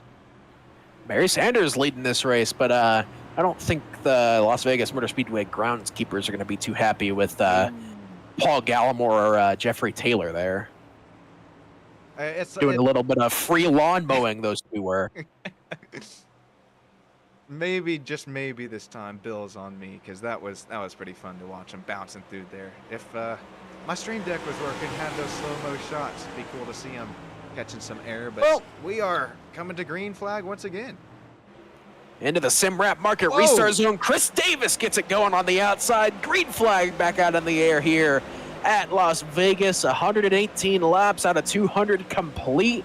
This is about an 82 lap run to the finish, but we will not make it that far. These guys are going to have to pit for tires and fuel before the end of this race at least one more time. So this is not the final run to the finish, but we are setting up for the craziness that Las Vegas loves to bring to finish off these races. 2x2 for third on back is, whoa, Mike, that could have been Kevin LePage part 2. Man, how about Shane Wyatt? Once again, a back up front in that number 23. Wait, what happened to Chris Davis? Did Chris Davis jump the start? Yeah, I was going to mention that. I thought maybe this league runs a choose cone rule, but that outside line went and definitely beat the leader to the line. That was a black flag being served. Yeah, it was. Well, Chris Davis pulls it down pit road. Kenny Coppola also coming in behind him, probably just trying to get some more damage fixed. But back up front, Barry Sanders and Tim Wortman Jr. lead him into turn 1. Shane Davis and Shane Wyatt side by side. Got the Davis and Davis show, and we also got the Shane and Shane show. Yeah, just sorry to cut you off. Just showing the replay of the 74, definitely jumping the start, but we'll jump back to the lead now. Sorry for missing that, Nick, but 81, it's Barry Sanders and Tim Wortman Jr. My goodness, what pace out of these two Chevys.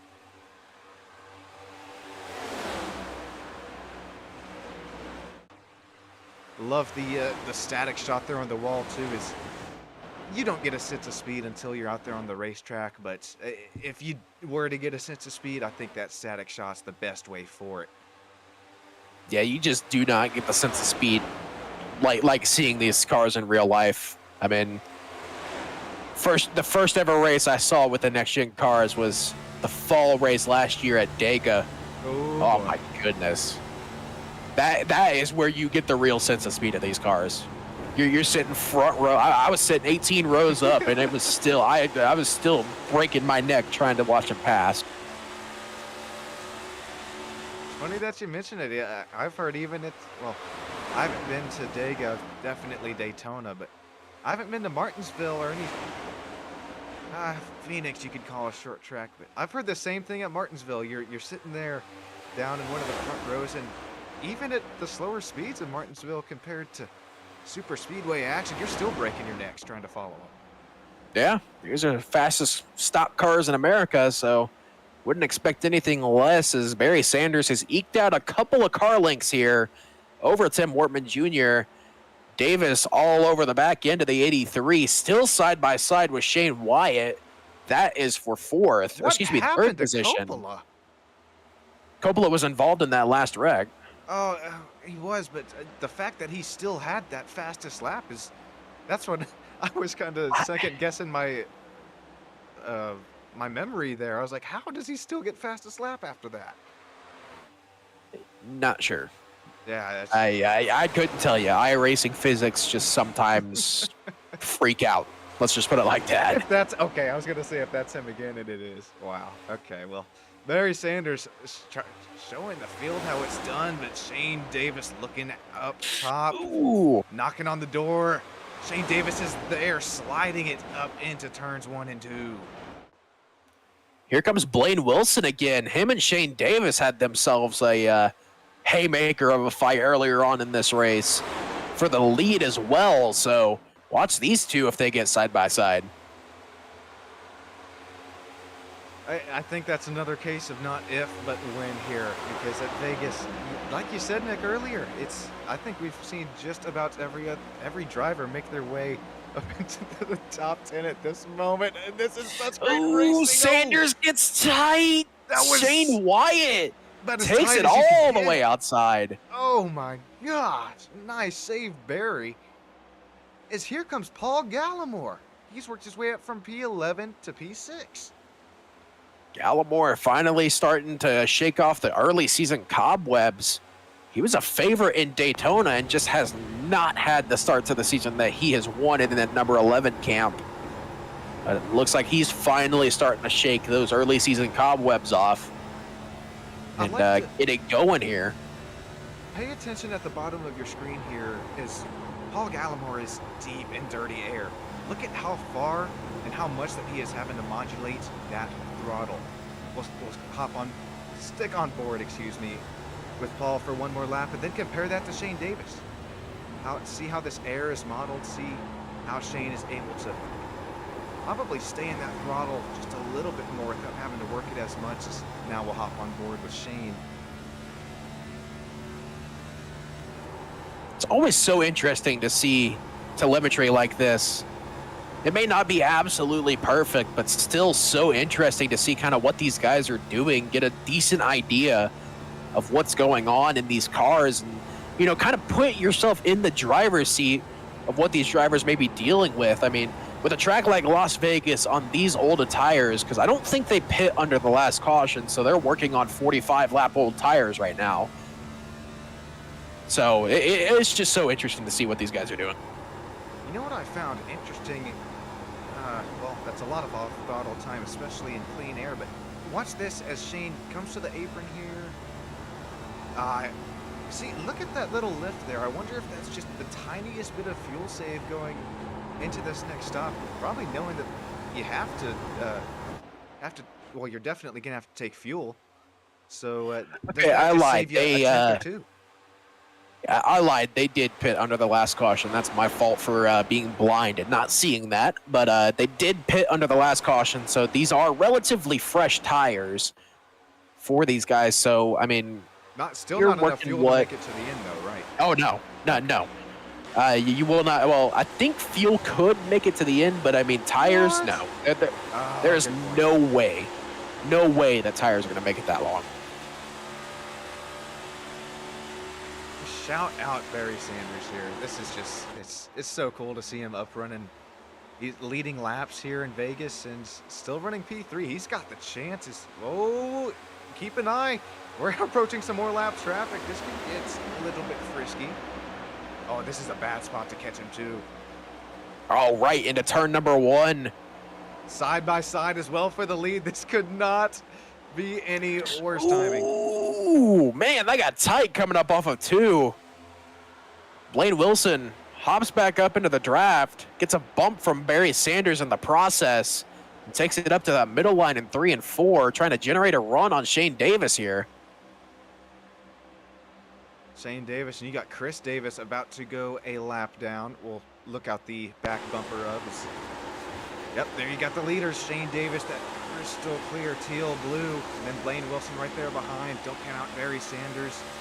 I mean, goodness, Chris Davis still lots of pace here in the 74, able to keep in front of our leaders for a lap or 2, but here we go. Now it's starting to work out. Yeah, Chris Davis was a front runner before getting the black flag for jumping the restart.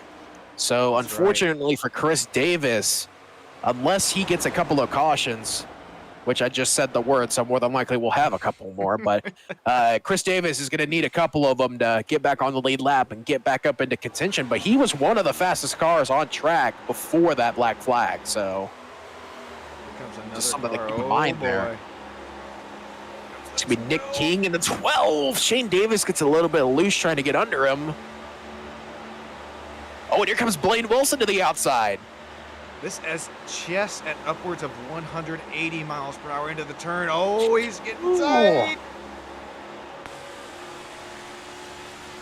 Tight confines here at Las Vegas, just now crossing 65 to go here in the Sin City. Who is going to gamble and who is going to fall? You'll have to forgive me. That sounded so much better in my head. No, I thought it came off pretty well, but oh, here comes Blaine Wilson. Dive bomb into turn 1. Maybe a little slide job action. Sliding up the track side by side, heading back down the back stretch. And is there relation there between the 74 and 79? Nope, they are not related at all. Okay, well that clears that up. But oh, you hate that 74 got that black flag, but he's showing the pace, keeping up in front of our leaders here. Not going a lap down. If that magic word comes out right now, this is what's going to end up saving that 74. Chris Davis, all he's doing right now is just putting these guys on notice that from here on, he is a contender as Shane Davis gets into the wall off of turn number 2. Blaine Wilson gets clear of him heading into turn 3. And now we got a new leader up front. Blaine Wilson is back leading here at Las Vegas. Now he's going to try to work his way around Chris Davis. No stranger to the lead is that number 18, but oh, you see it in the static cams. This battling back behind the lead is starting to really heat up. I believe that could have been Jeffrey Taylor. Gallimore just slapped the wall off of 2. Gallimore, oh, hopefully not race ending or too much aero damage on that number 11 with as much pace as he's had here today. Said it once, said it, well, say it again here. This is when handling is going to start to become a factor from here on out.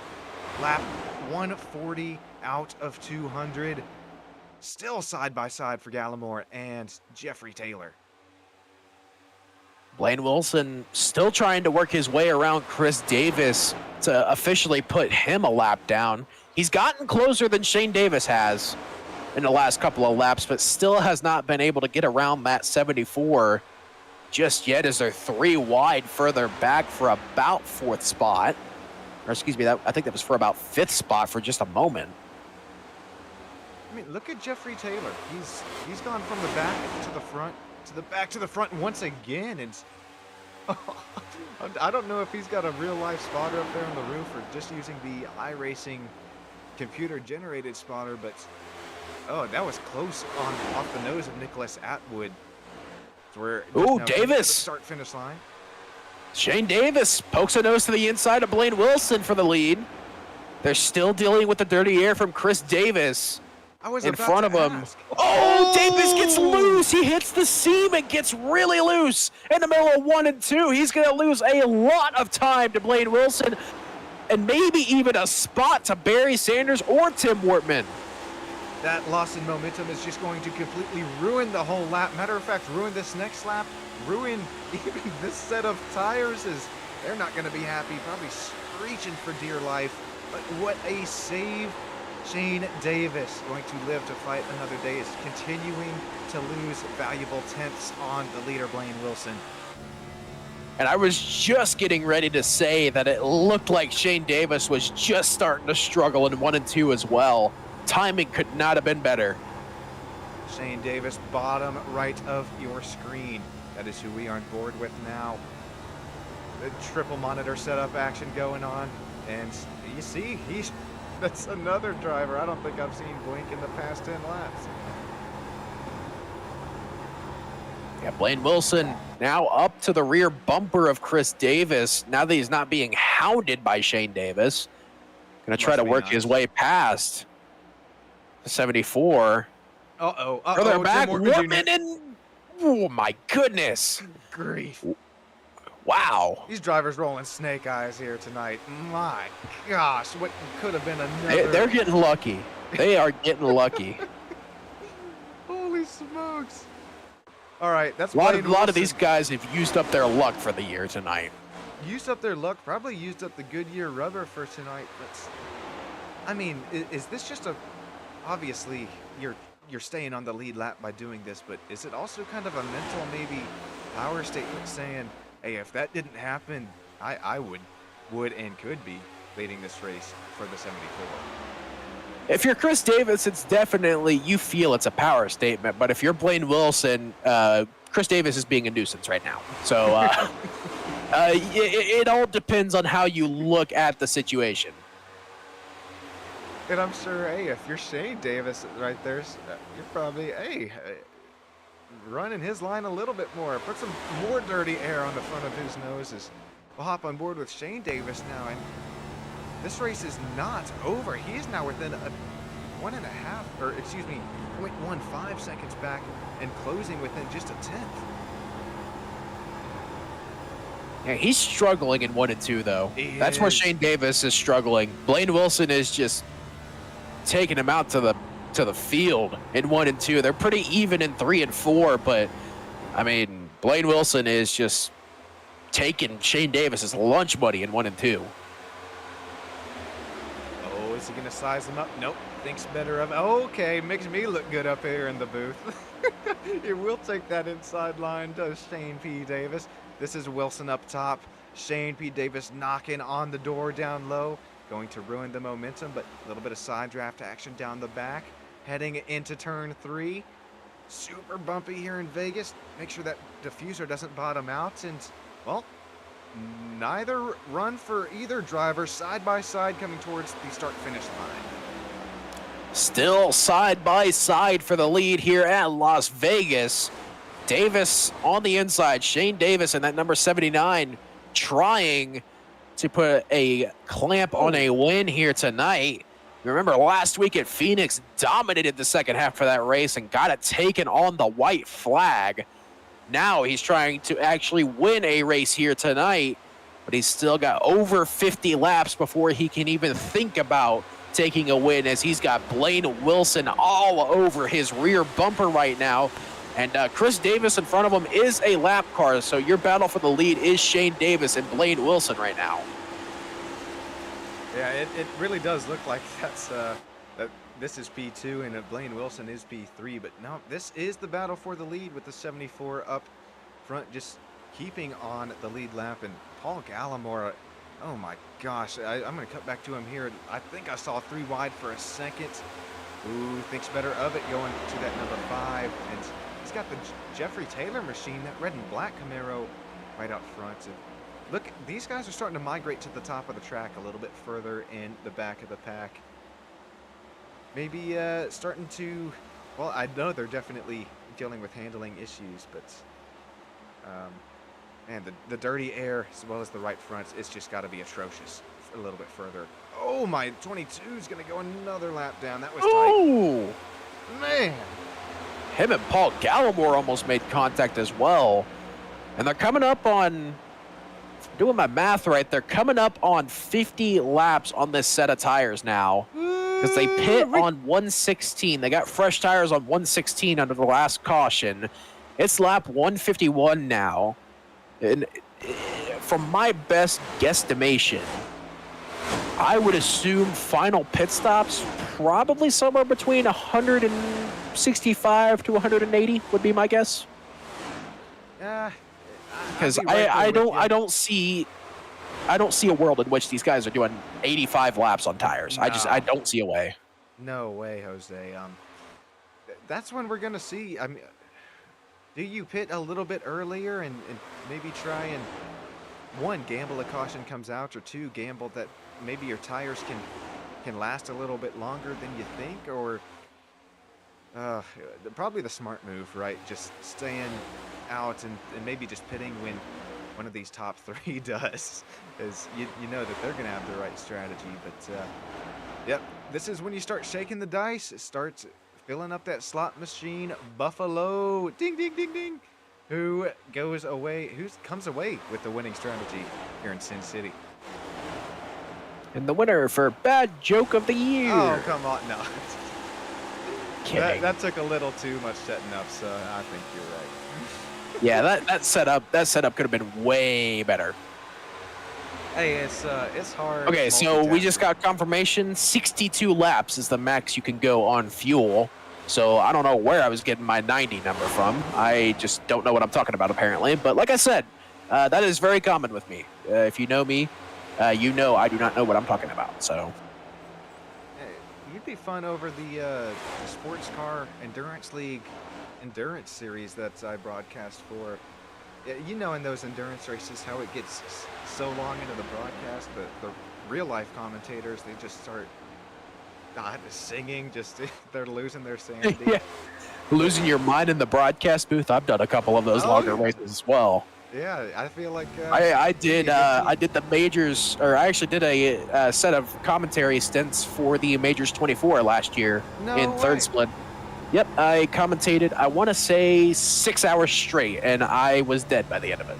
Oh, I could definitely. Cannot imagine going 24 straight hours. Oh God. You know, I think that does not sound fun.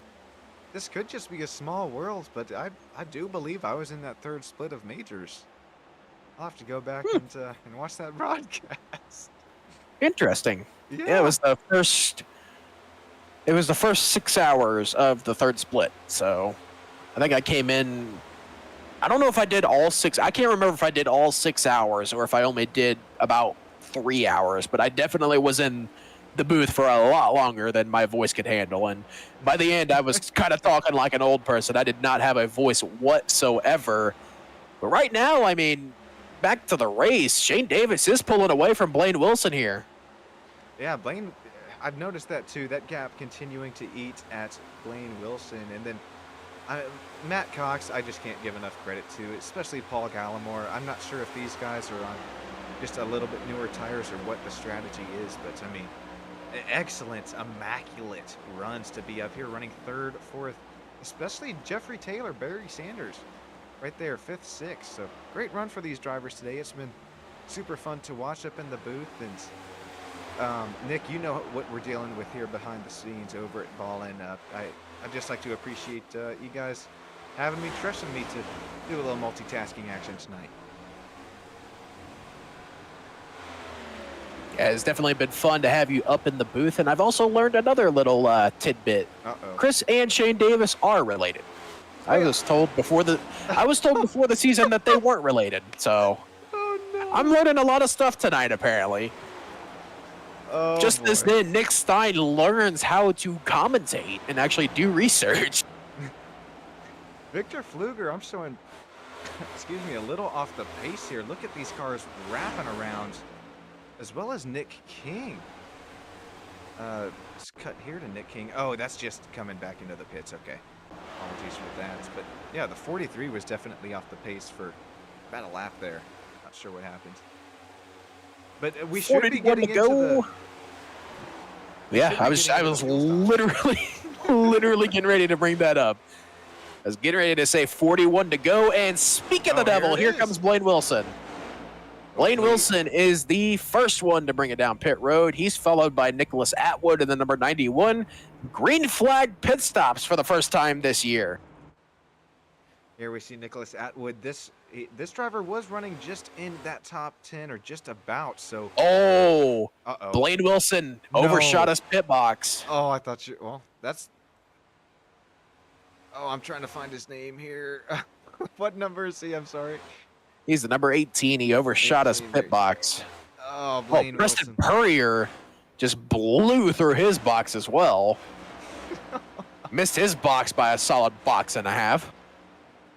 I remember these guys talking on Sunday that these are some of the most slickest pit boxes in the series, and best believe me, iRacing is going to model that. So if you're listening in on broadcast, drivers, those of you that haven't pit, careful coming into the boxes. Looks like Paul Gallimore coming this time by as well.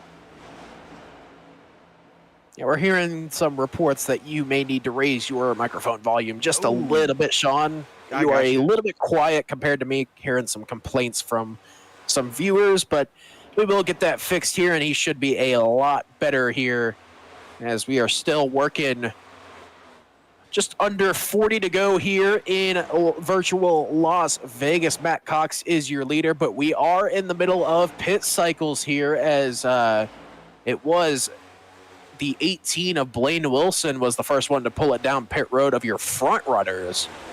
But I believe that Shane Davis has also come down pit road. Yeah, he has. Tim Wortman Jr. as well. But Blaine Wilson overshooting his pit stall, it costed him. He has lost about 2.5 seconds to Tim Wortman Jr. and Shane Davis. Yeah, cutting to the aerial cam here, and apologies for that, the audio stuff there. But yeah, this is looking at the 18, and then here is Shane Davis in front. So you see just how much ground he lost, and that is crucial in this final stage where if we don't have a yellow flag and you aren't able to get cycled back up to these cars, I mean, that is, you hate that for Blaine Wilson with his pace here today, running out front for so many laps. Well, I mean, you say that he's struggling just a little bit more. He just ran the fastest lap that he's run all night. 29.854, casually. Oh, here comes I don't know Jeffrey if that's Taylor. our, I don't know if that is our session fastest lap, but he just ran his fastest lap of the race, and he's coming around to run an even faster lap. He just ran a 29.813, Blaine Wilson just did. One of the fastest cars on track. So what should be the battle for the lead is just a little bit further on back, but we're looking at Aaron Matthews. Is he going to pull the little gamble strategy out on trying to run long and wait for a caution? Or, I mean, Barry Sanders, I thought his pace was a lot faster than that strategy call if they run with it. But mentioned it earlier, battle for the lead is really going to be back here. Shane P. Davis, is it not? There's the fastest lap for Blaine Wilson, 29.736. Cooking it up.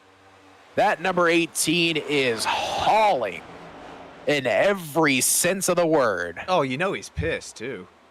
Oh, my goodness. He's already caught back up to the back end of the... How He's going to send it right through the middle. Blaine Wilson is a madman. Oh my days, look, he's going to look down the inside of Shane P. Davis. What a move. Note to self, do not make Blaine Wilson mad on track. I think everyone just learned that one the hard way. That should cycle out to the lead. Is Davis going to get benched? Oh, that was tight.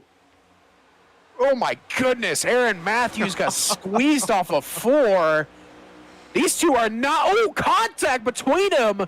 Heading into turn number 1, Blaine Wilson and Shane Davis putting on a show here, beating and banging down the back straightaway. To the inside, Blaine Wilson rips the white line, and off of 4, still not cleared. Shane Davis fights back on that outside, and Tim Wortman Jr. is just sitting here with a bucket of popcorn watching these two duke it out here. I was going to say the exact same thing. He's just, all right, waiting for some contact, munching on some popcorn. Is once again side by side for these drivers. And why are we focused on back here? Because this should be what is the battle for the lead after everything cycles out. Aaron Matthews making his stint just a little bit longer. Corey Moore getting around Barry Sanders up here for P2, but we're going to stick around with this battle because it's inches apart and what definitely will be the battle for the lead. Yeah, on track, this is a battle for 9th position that we're watching. Once green flag pit stops cycle out, this will turn into the battle for the lead. Aaron Matthews, Corey Moore, Barry Sanders, Shane White, and Darren Mills are your current top 5. These guys have not pitted yet, but they are expected to pit here within the next few laps or so. It's all going to depend on how much fuel they have left. But for right now, I don't know if this overcut is going to have any advantage for any of these guys, as Shane Davis, Blaine Wilson, and Tim Wortman Jr. have moved it up to 7th, 8th, and 9th, respectively. Working their way up through the pack on these newer tires. Definitely good to go on fuel, as here comes Darren Mills, the number 2 down pit road. I got to give credit to Aaron Matthews and Corey Moore, though. This is... I mean, once again, you're in Vegas. You got to gamble it up, but it's about time. 5 down pit road. Corey Moore looks like going to stay out for just another lap or 2.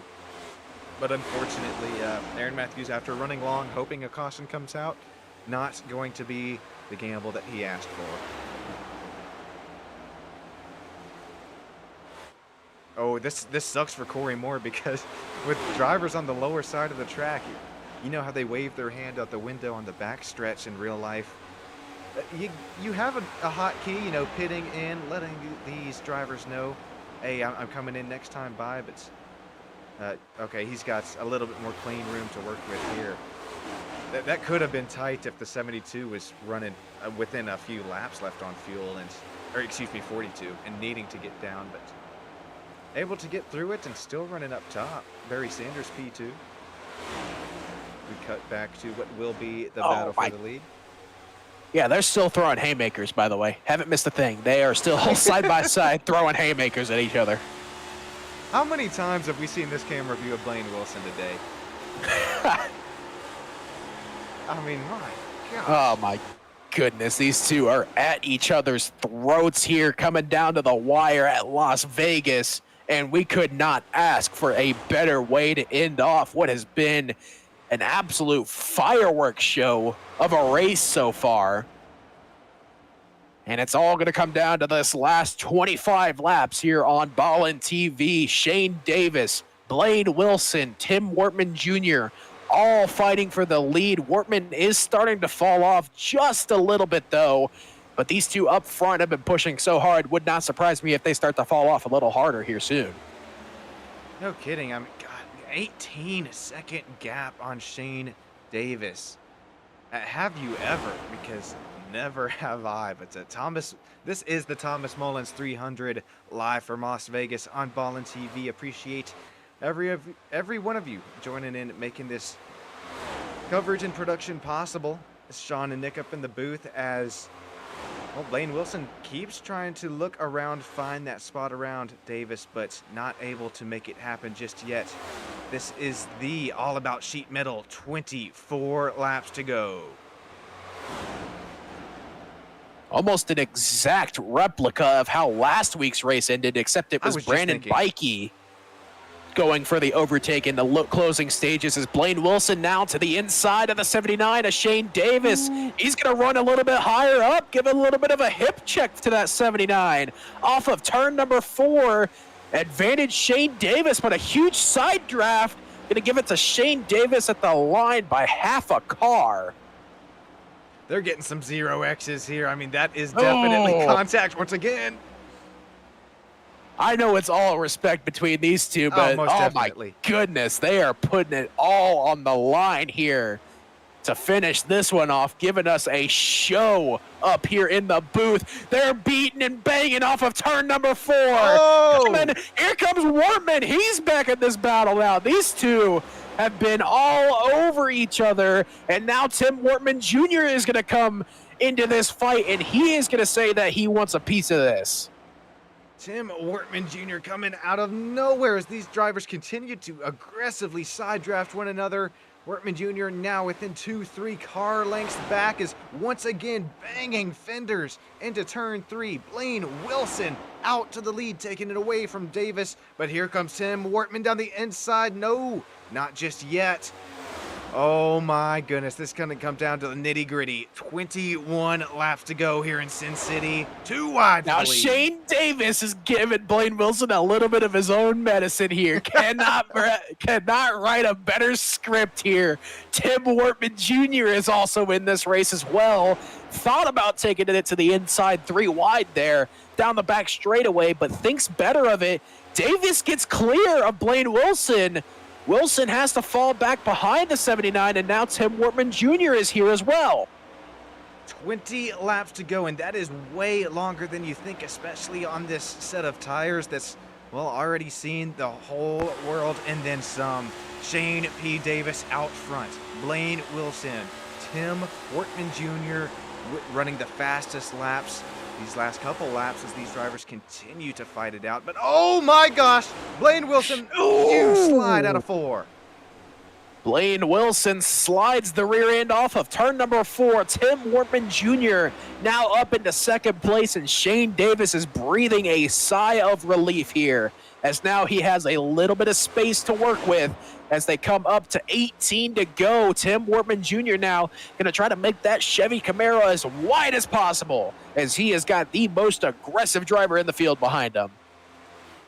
I'd like to ask everybody in the YouTube chat, as well as you, Nick, this is 18 to go. Who do you have? Who are you putting the house on to come away and win this thing? I'm taking Shane Davis all the way. I'm taking that money line on that number 79. He is going to bring it home tonight. I feel it. He's got the lead, but at 4, well, just under half a second. These drivers now continue to fight it out, the 18 and the 83. Oh, man, I didn't want to see this, but that 79 pick's looking better and better for you, Nick, just half a lap later. But I'm going to go with the 83, and we'll shout you out there in YouTube land if you come away with the race-winning pick. Blaine Wilson, Tim Wortman Jr. once again side by side. Blaine Wilson driving in a bit deeper, able to get the spot, but I don't think he's going to be able to hold it off, as once again the momentum's going to be even heading into 3. Shane Davis running away with this one right now. Still a little bit of beating and banging further behind him. Blaine Wilson and Tim Wortman Jr. now going at it for that second spot. Wilson giving him the Shane Davis treatment. Davis wrapping the apron, going to get a little bit of a slide job action up on front of the nose of Tim Wortman. Is now Tim Wortman, does he think about, well, he's thinking about the crossover. You saw him try and size it up, but not enough momentum. Now getting the dirty air packed on the nose of his Chevy Camaro number 83. Shane P. Davis now stretching the gap to over half a second. 0.6 tenths is the gap. Yeah, we'll see. Is Blaine Wilson able to close this gap at all? 15 laps to go, and at the line, the gap was 6 tenths even. So that is the gap that Blaine Wilson needs to close in 15 laps if he wants to get back up to Shane Davis and get another shot at this win. We'll see what the updated timing is at the line. 0.614, so the gap is coming down. Not very quickly, but it is coming down. And we're going to jump on board with our leader. Yes, you are seeing that right. Just in the distance, you got 2 lap cars to work with. Could this possibly be Blaine Wilson's last chance? As this is going to definitely affect the handling and the way that the leading car, the 79, is going to drive in these last remaining 13 laps. Yeah, this dirty air is going to make or break the race for Shane Davis. Updated timing at the line, 0.583. That gap is closing. Oh, Shane Davis got Still tight. Closing. Lap cars are going to get out of the way. They do not want to interfere in this race. I saw some tire smoke there, had a mini heart attack, but I guess that was the lapped car there. Oh, that was not where Blaine Wilson. Oh, man, Matt Mackin almost got up and hit Blaine Wilson. Somehow the gap still came down. by over half a tenth. How in the heck did that happen? Because that was not where you wanted to catch a lapped car trying to reel in the leader. Gap is still 0.53 heading into turn number 3. Coming on up to 11 laps to go. That's already one lapped car. Only one more lapped car to really work through before the end of this thing. And that is none other than the 22 Jordan Schmeets. You know, boys, I've been in here for all about 6 laps. I saw Nick's text message. I had an emergency I had to deal with. What a last 6 laps. Shane Davis made the point last week. Hey, the lapped cars gotta get out of the way and respect the leaders. And then Shane Davis, the lapped car, gets out of the way. And then Matt Mackin battles Blaine Wilson. Will that hurt him coming down with 10 laps to go? Well, Jordan Schmeets is the only lap car they have to work through right now. But looking ahead, just in case, Kevin Ruff coming off of 2 would be the next lap car these guys have to deal with if it gets to that point. And Jordan Schmeets not getting out of the way of Shane Davis. That's going to allow Blaine Wilson to close up just a little bit. Gap was 0.519 last time by. Shane Davis gets to the inside of the 22 of Jordan Schmeets and gets clear of the lap traffic at the line. Gap was 0.384. It is coming down, but now Blaine Wilson has to deal with the dirty air of Jordan Schmeets. Well, look at the logo on the hood. It says it all. The car pulled over for him in 3 and 4 for Shane Davis, but now Blaine Wilson has to deal with Jordan Schmeets as he gets clear of him going into 3. But just that little time alone could have hurt him. But just the few laps that I've been in here, Blaine Wilson looks like a rocket, Sean. Oh, that it does. And, oh, I was about to hand over the old headset. Oh, Chris Davis! Oh, no. Chris Davis, a lap car, just doored Blaine Wilson heading into the tri-oval and is now side by side with the 18 of Blaine Wilson. That's not for position. That's not for position. Chris Davis is sitting, hold on, I'm trying to find him on my timing sheet. He's sitting 17th place, 1 lap down now. Yeah, I don't care. I don't care if you're a lap car or not. You're getting turned at that point. I mean, you have fresh tires. I completely understand. I haven't been here all race, so I can't really have an opinion. But just seeing that he's a lapped car, I don't care if you got new tires or not. You should be sitting behind me. I got 7 laps to go. I was cutting down the gap, made up 2 tenths, and now all of a sudden you come out of nowhere and door me. So I hope that he races the car up front the same way, because if it doesn't, then I'd be very frustrated if I was that 18 machine. Well, Chris Davis and Shane Davis are related, so don't think that's going to happen. Oh, boy. Appreciate you coming in here kind of last minute, Brandon, but the 74 has kind of seen it all. He got black flagged earlier on, and a huge slide for Blaine Wilson. Oh, my gosh. But, yeah, that 74, I just think, is not happy with the way the race has transpired. But you said it best, Brandon. If you're the number 18 here, continuing to close the gap and you get some BS like that, that just heats you up that much more in the cockpit. Oh, absolutely. Yeah. It drives you insane, Nick. Yeah, and Chris Davis is up here. I mean, he had race winning speed. I mean, he right at the end of stage 2, beginning of stage 3, he was sitting in the top 5. I believe he had restarted 2nd off the restart of stage 3 and jumped the start and got a black flag and has been a lap down ever since. But still, I shouldn't have come down to that. I think Blaine Wilson could have caught Shane Davis, but we're coming to 4 to go now. But I do believe that Blaine Wilson could have caught Shane Davis there. I mean, it seems like he's helping him out. He's giving him pushes down the straightaway. He's not making moves on him. Obviously, he's got more speed. Shane Davis in the wall. Blaine Wilson almost in the wall. But yeah, I mean, you can tell it seems like they're working together. I mean, he got past Blaine Wilson, gave him a door, and if he had that much speed, then he would have had the speed to pass Shane Davis as well. I'd be interested to see the telemetry, but yeah, I mean, he's pushing him down the straightaway and everything. Brother or not, oh boy, I have a feeling that we'll probably hear some very strong words from Blaine Wilson after the race. Yeah, we'll be prepared for that. We'll go ahead and save our curse cards for the interviews and use them up during the interviews, because I feel like there's going to be some hot heads in the post-race press conference. Well, don't get me wrong, guys. We've seen teamwork happen in NASCAR plenty of times. We just now approach 3 laps to go, but within the iRacing universe as well as the league admins, this is ultimately what the decision is going to come down to on something like this.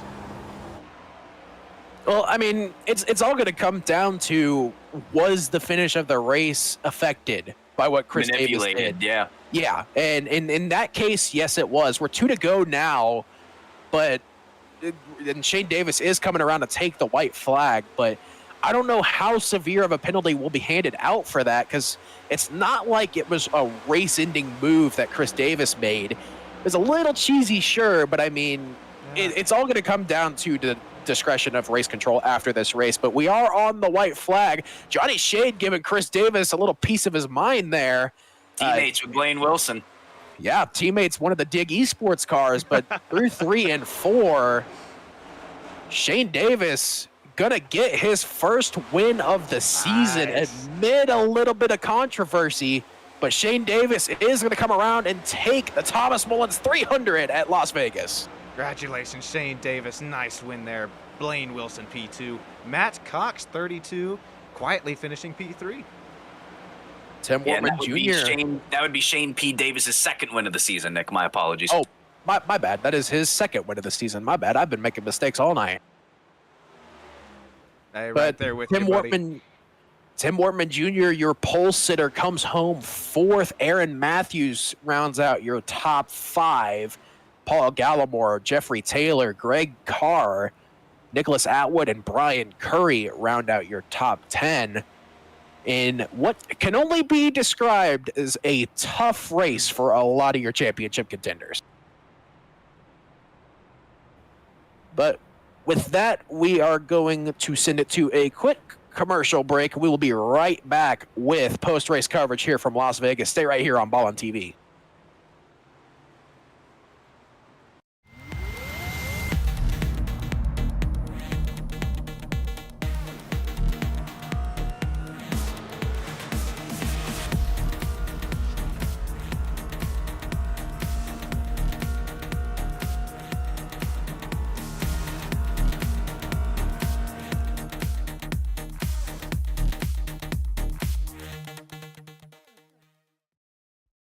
Racing isn't easy, but experiencing it is.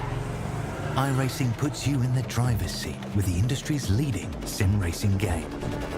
Drive on laser scan replicas of the greatest racing circuits from around the world. Go head-to-head against other drivers chosen by skill-based matchmaking to ensure competitive racing at every level. Compete across all your favorite series. In officially licensed cars, engineered to deliver the most accurate driving experience possible.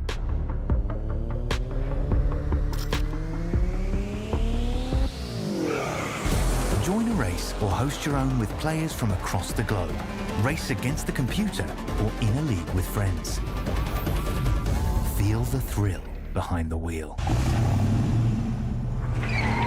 Visit iRacing.com.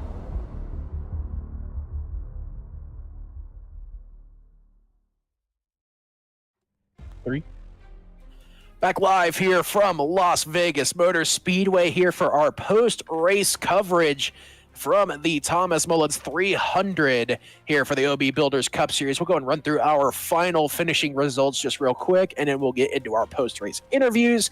I ran you through the top 10.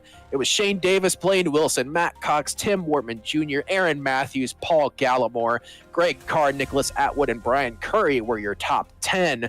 From there on, Barry Sanders finished in 11th, Corey Moore in 12th, Ryan Huff finished in 13th, Shane Wyatt brought it home in 14th spot, Chris Crosby finished 15th, Preston Purrier, last car on the lead lap, finished in 16th spot, Chris Davis, Jordan Schmidt, Matt Mackin, and Randy Mullins round out your top 20, Justin Belmonte, Kenny Coppola, Alex Coffey, Johnny Shade, and Victor Pfluger your top 25. We'll go ahead and get into our post-race interviews real quick. Go and speak to our third place finisher, Matt Cox. Matt Cox, you got a copy? Yep, I got you. Well, it was a bit of a, I don't want to say a surprise third spot, but to be fair, I mean, you really didn't show much top 3 pace all night. Kind of walk us through that final run. How did you get up into that 3rd spot? Well, first of all, I have to apologize to Johnny Shade, who I absolutely just turned down the straightaway like a big doofus. Yeah, I have no excuse. Just got too close and yeah, just hooked him. But yeah, no, most of the race I was just kind of trying to stay clean and have good long run pace, and I think I did for the most part, but I needed to get a little bit closer before the pit stops there to have a shot. But yeah, good enough for 3rd. Now, this is a question I've been having since they updated a lot of the NASCAR tracks to current artwork and renderings, but how was the tire wear all night? That's been a big thing that I was questioning here at Vegas, a track known for its tire wear. Was it any better or worse than it used to be? It honestly feels about the same. I didn't notice a huge difference. I know if you go to the top and you rip it, it's gonna fall off, but I mean, even on that last run, looks like I was 87, 81, and I was absolutely pushing it as hard as I could. So it's really not that bad, not different. I mean, protect the tires, protect the right rear coming out of 4, and you'll typically have good pace. So yeah, hopefully on the update it's even worse. Well, a good points day here tonight, finishing 3rd spot. Looking ahead to next week at Homestead, a track that, from what I've heard, has been incredibly changed by this update. Kind of what's the mindset heading into that race? It's really hard to pass, so work on qualifying, I guess. I'm not typically very good at qualifying, so I'll be fine in the race if I can get myself up front, but that's no guarantee. It's Matt Cox finishing 3rd spot tonight. Final question for you. Anyone who got to think, who gets it done for you? Just all the boys at Beast Mode. We have fun. I wrecked Shane there after the checker there, so that's always fun. Hopefully I can win one here soon and he can repay the favor. Well, congratulations on the P3 tonight, Matt. Hopefully get to talk to you next week at Homestead. Yep, appreciate it. Thank you. That was Matt Cox, your race winner. Now speaking with your 2nd place finisher is Sean Stam. Hey, Shane P. Davis, you got a copy, man? Wrong one. That was Blaine Wilson with our 2nd place I'm finisher. sorry, Blaine Wilson. I should have been the right one. Yeah, you tell me how that race went. It's kind of a joke. I hold this league to some high standards, and those standards were definitely diminished today. I thought we were having a good, hard race. Thought it was entertaining. I didn't turn anybody, didn't race anybody egregiously, in my sense. And I'm told that I'm using people as walls and being in the way, and just, I mean, you watched the last stage. Do I need to say anything more? It's quite pathetic. But wrapping up, the setup was incredible. I mean, it was so fast. This car could just go anywhere, and it would never fall off. And it was a ton of fun to drive. So I came in tonight with a lot of confidence. New layout was great. Glad they turned that wall yellow finally. Been waiting for years for it, but I had a lot of fun besides that. So it's just a game at the end of the day. Got to remember, it's just a game. That's well said there, Blaine Wilson. Congratulations, first of all, I believe that was stage 1 win, and we're looking at it here, some beating, some banging on the quarter panels, but I gotta kind of keep my mouth shut to keep my job up here, but you kind of said it best yourself, and we definitely saw and took note what happened there in the last stage and the closing laps. But regardless of what happened, that was so super fun to watch you battling the dirty air across the nose of your number 18, quite frankly, throughout the whole race, and working your way up, getting up to the lead, leading lots of laps, and then unfortunately while finishing P2, but still a nice finish regardless of what happened. I'd like to ask you, anybody that you'd like to shout out or who gets it done for you here at the end of the day? Yeah, shout out to everybody on the team Dig. But unfortunately, a few of them got caught up in messes that weren't necessarily theirs, and then one of them was in the middle of a damn tornado, so I hope he's all right out there. Oh, no. But like I said, the setup was fast, and people with clean cars, I think, had great results, including ourselves. So happy with the ending. I'm told I probably won't be here next week, but if it's going to be this type of racing, I don't want to be. So I do hope to be back with you guys and keep speaking here. But yeah, thank you for the broadcast. It's always wonderful to watch. So yeah, that's all I got to say. Oh, that is much appreciated, Blaine, and whatever may transpire regarding the future of you and Moonshiners, hopefully that's all of the best there. But congratulations once again on your P2, and we loved having you. That was great fun to watch you tonight. Yep, been a pleasure. Take care. Thank you, Blaine. That was Blaine Wilson, your second place finisher, and now we'll head to the other side of the street to VanLilly Stickers Victory Lane, and we'll speak to Shane Davis here. Shane, you already know what this first question is going to be. Go and talk us through your side of that. Yeah. I mean, the last little part of that race, me and Blaine were racing pretty hard. On lap 166, I got checked up by his teammate there, and then ran into some lap traffic. And so I really thought I knew I had the tire advantage. I was way better on the long run. I gapped it out there at the end of that by about 0.8 before going into pits. And so I knew I was better on the long run. So I was just trying to take care of my tires, and then getting checked up by lap traffic, and kind of sucked. But ultimately, I was just driving pretty defensively. I got ran into a couple times, nothing really major. I can control my car really well, so that really didn't bother me that much. Just kind of run people how you want to be ran. And I don't know what was going on there at the end. I don't know what happened between Chris and Blaine, but it didn't sound good. Well, we saw you two throw in some, I guess a best way to put it would be some punches at each other throughout the final run of that race. Was there any, up until minus the last five laps or so, there wasn't any ill feelings between y'all, was there? No, I mean, we were racing pretty good. I mean, he was racing hard, but he just small dirty tricks that aren't dirty, but they are, we all know the tricks of the trade of, co-carting people into the corner and stuff like that.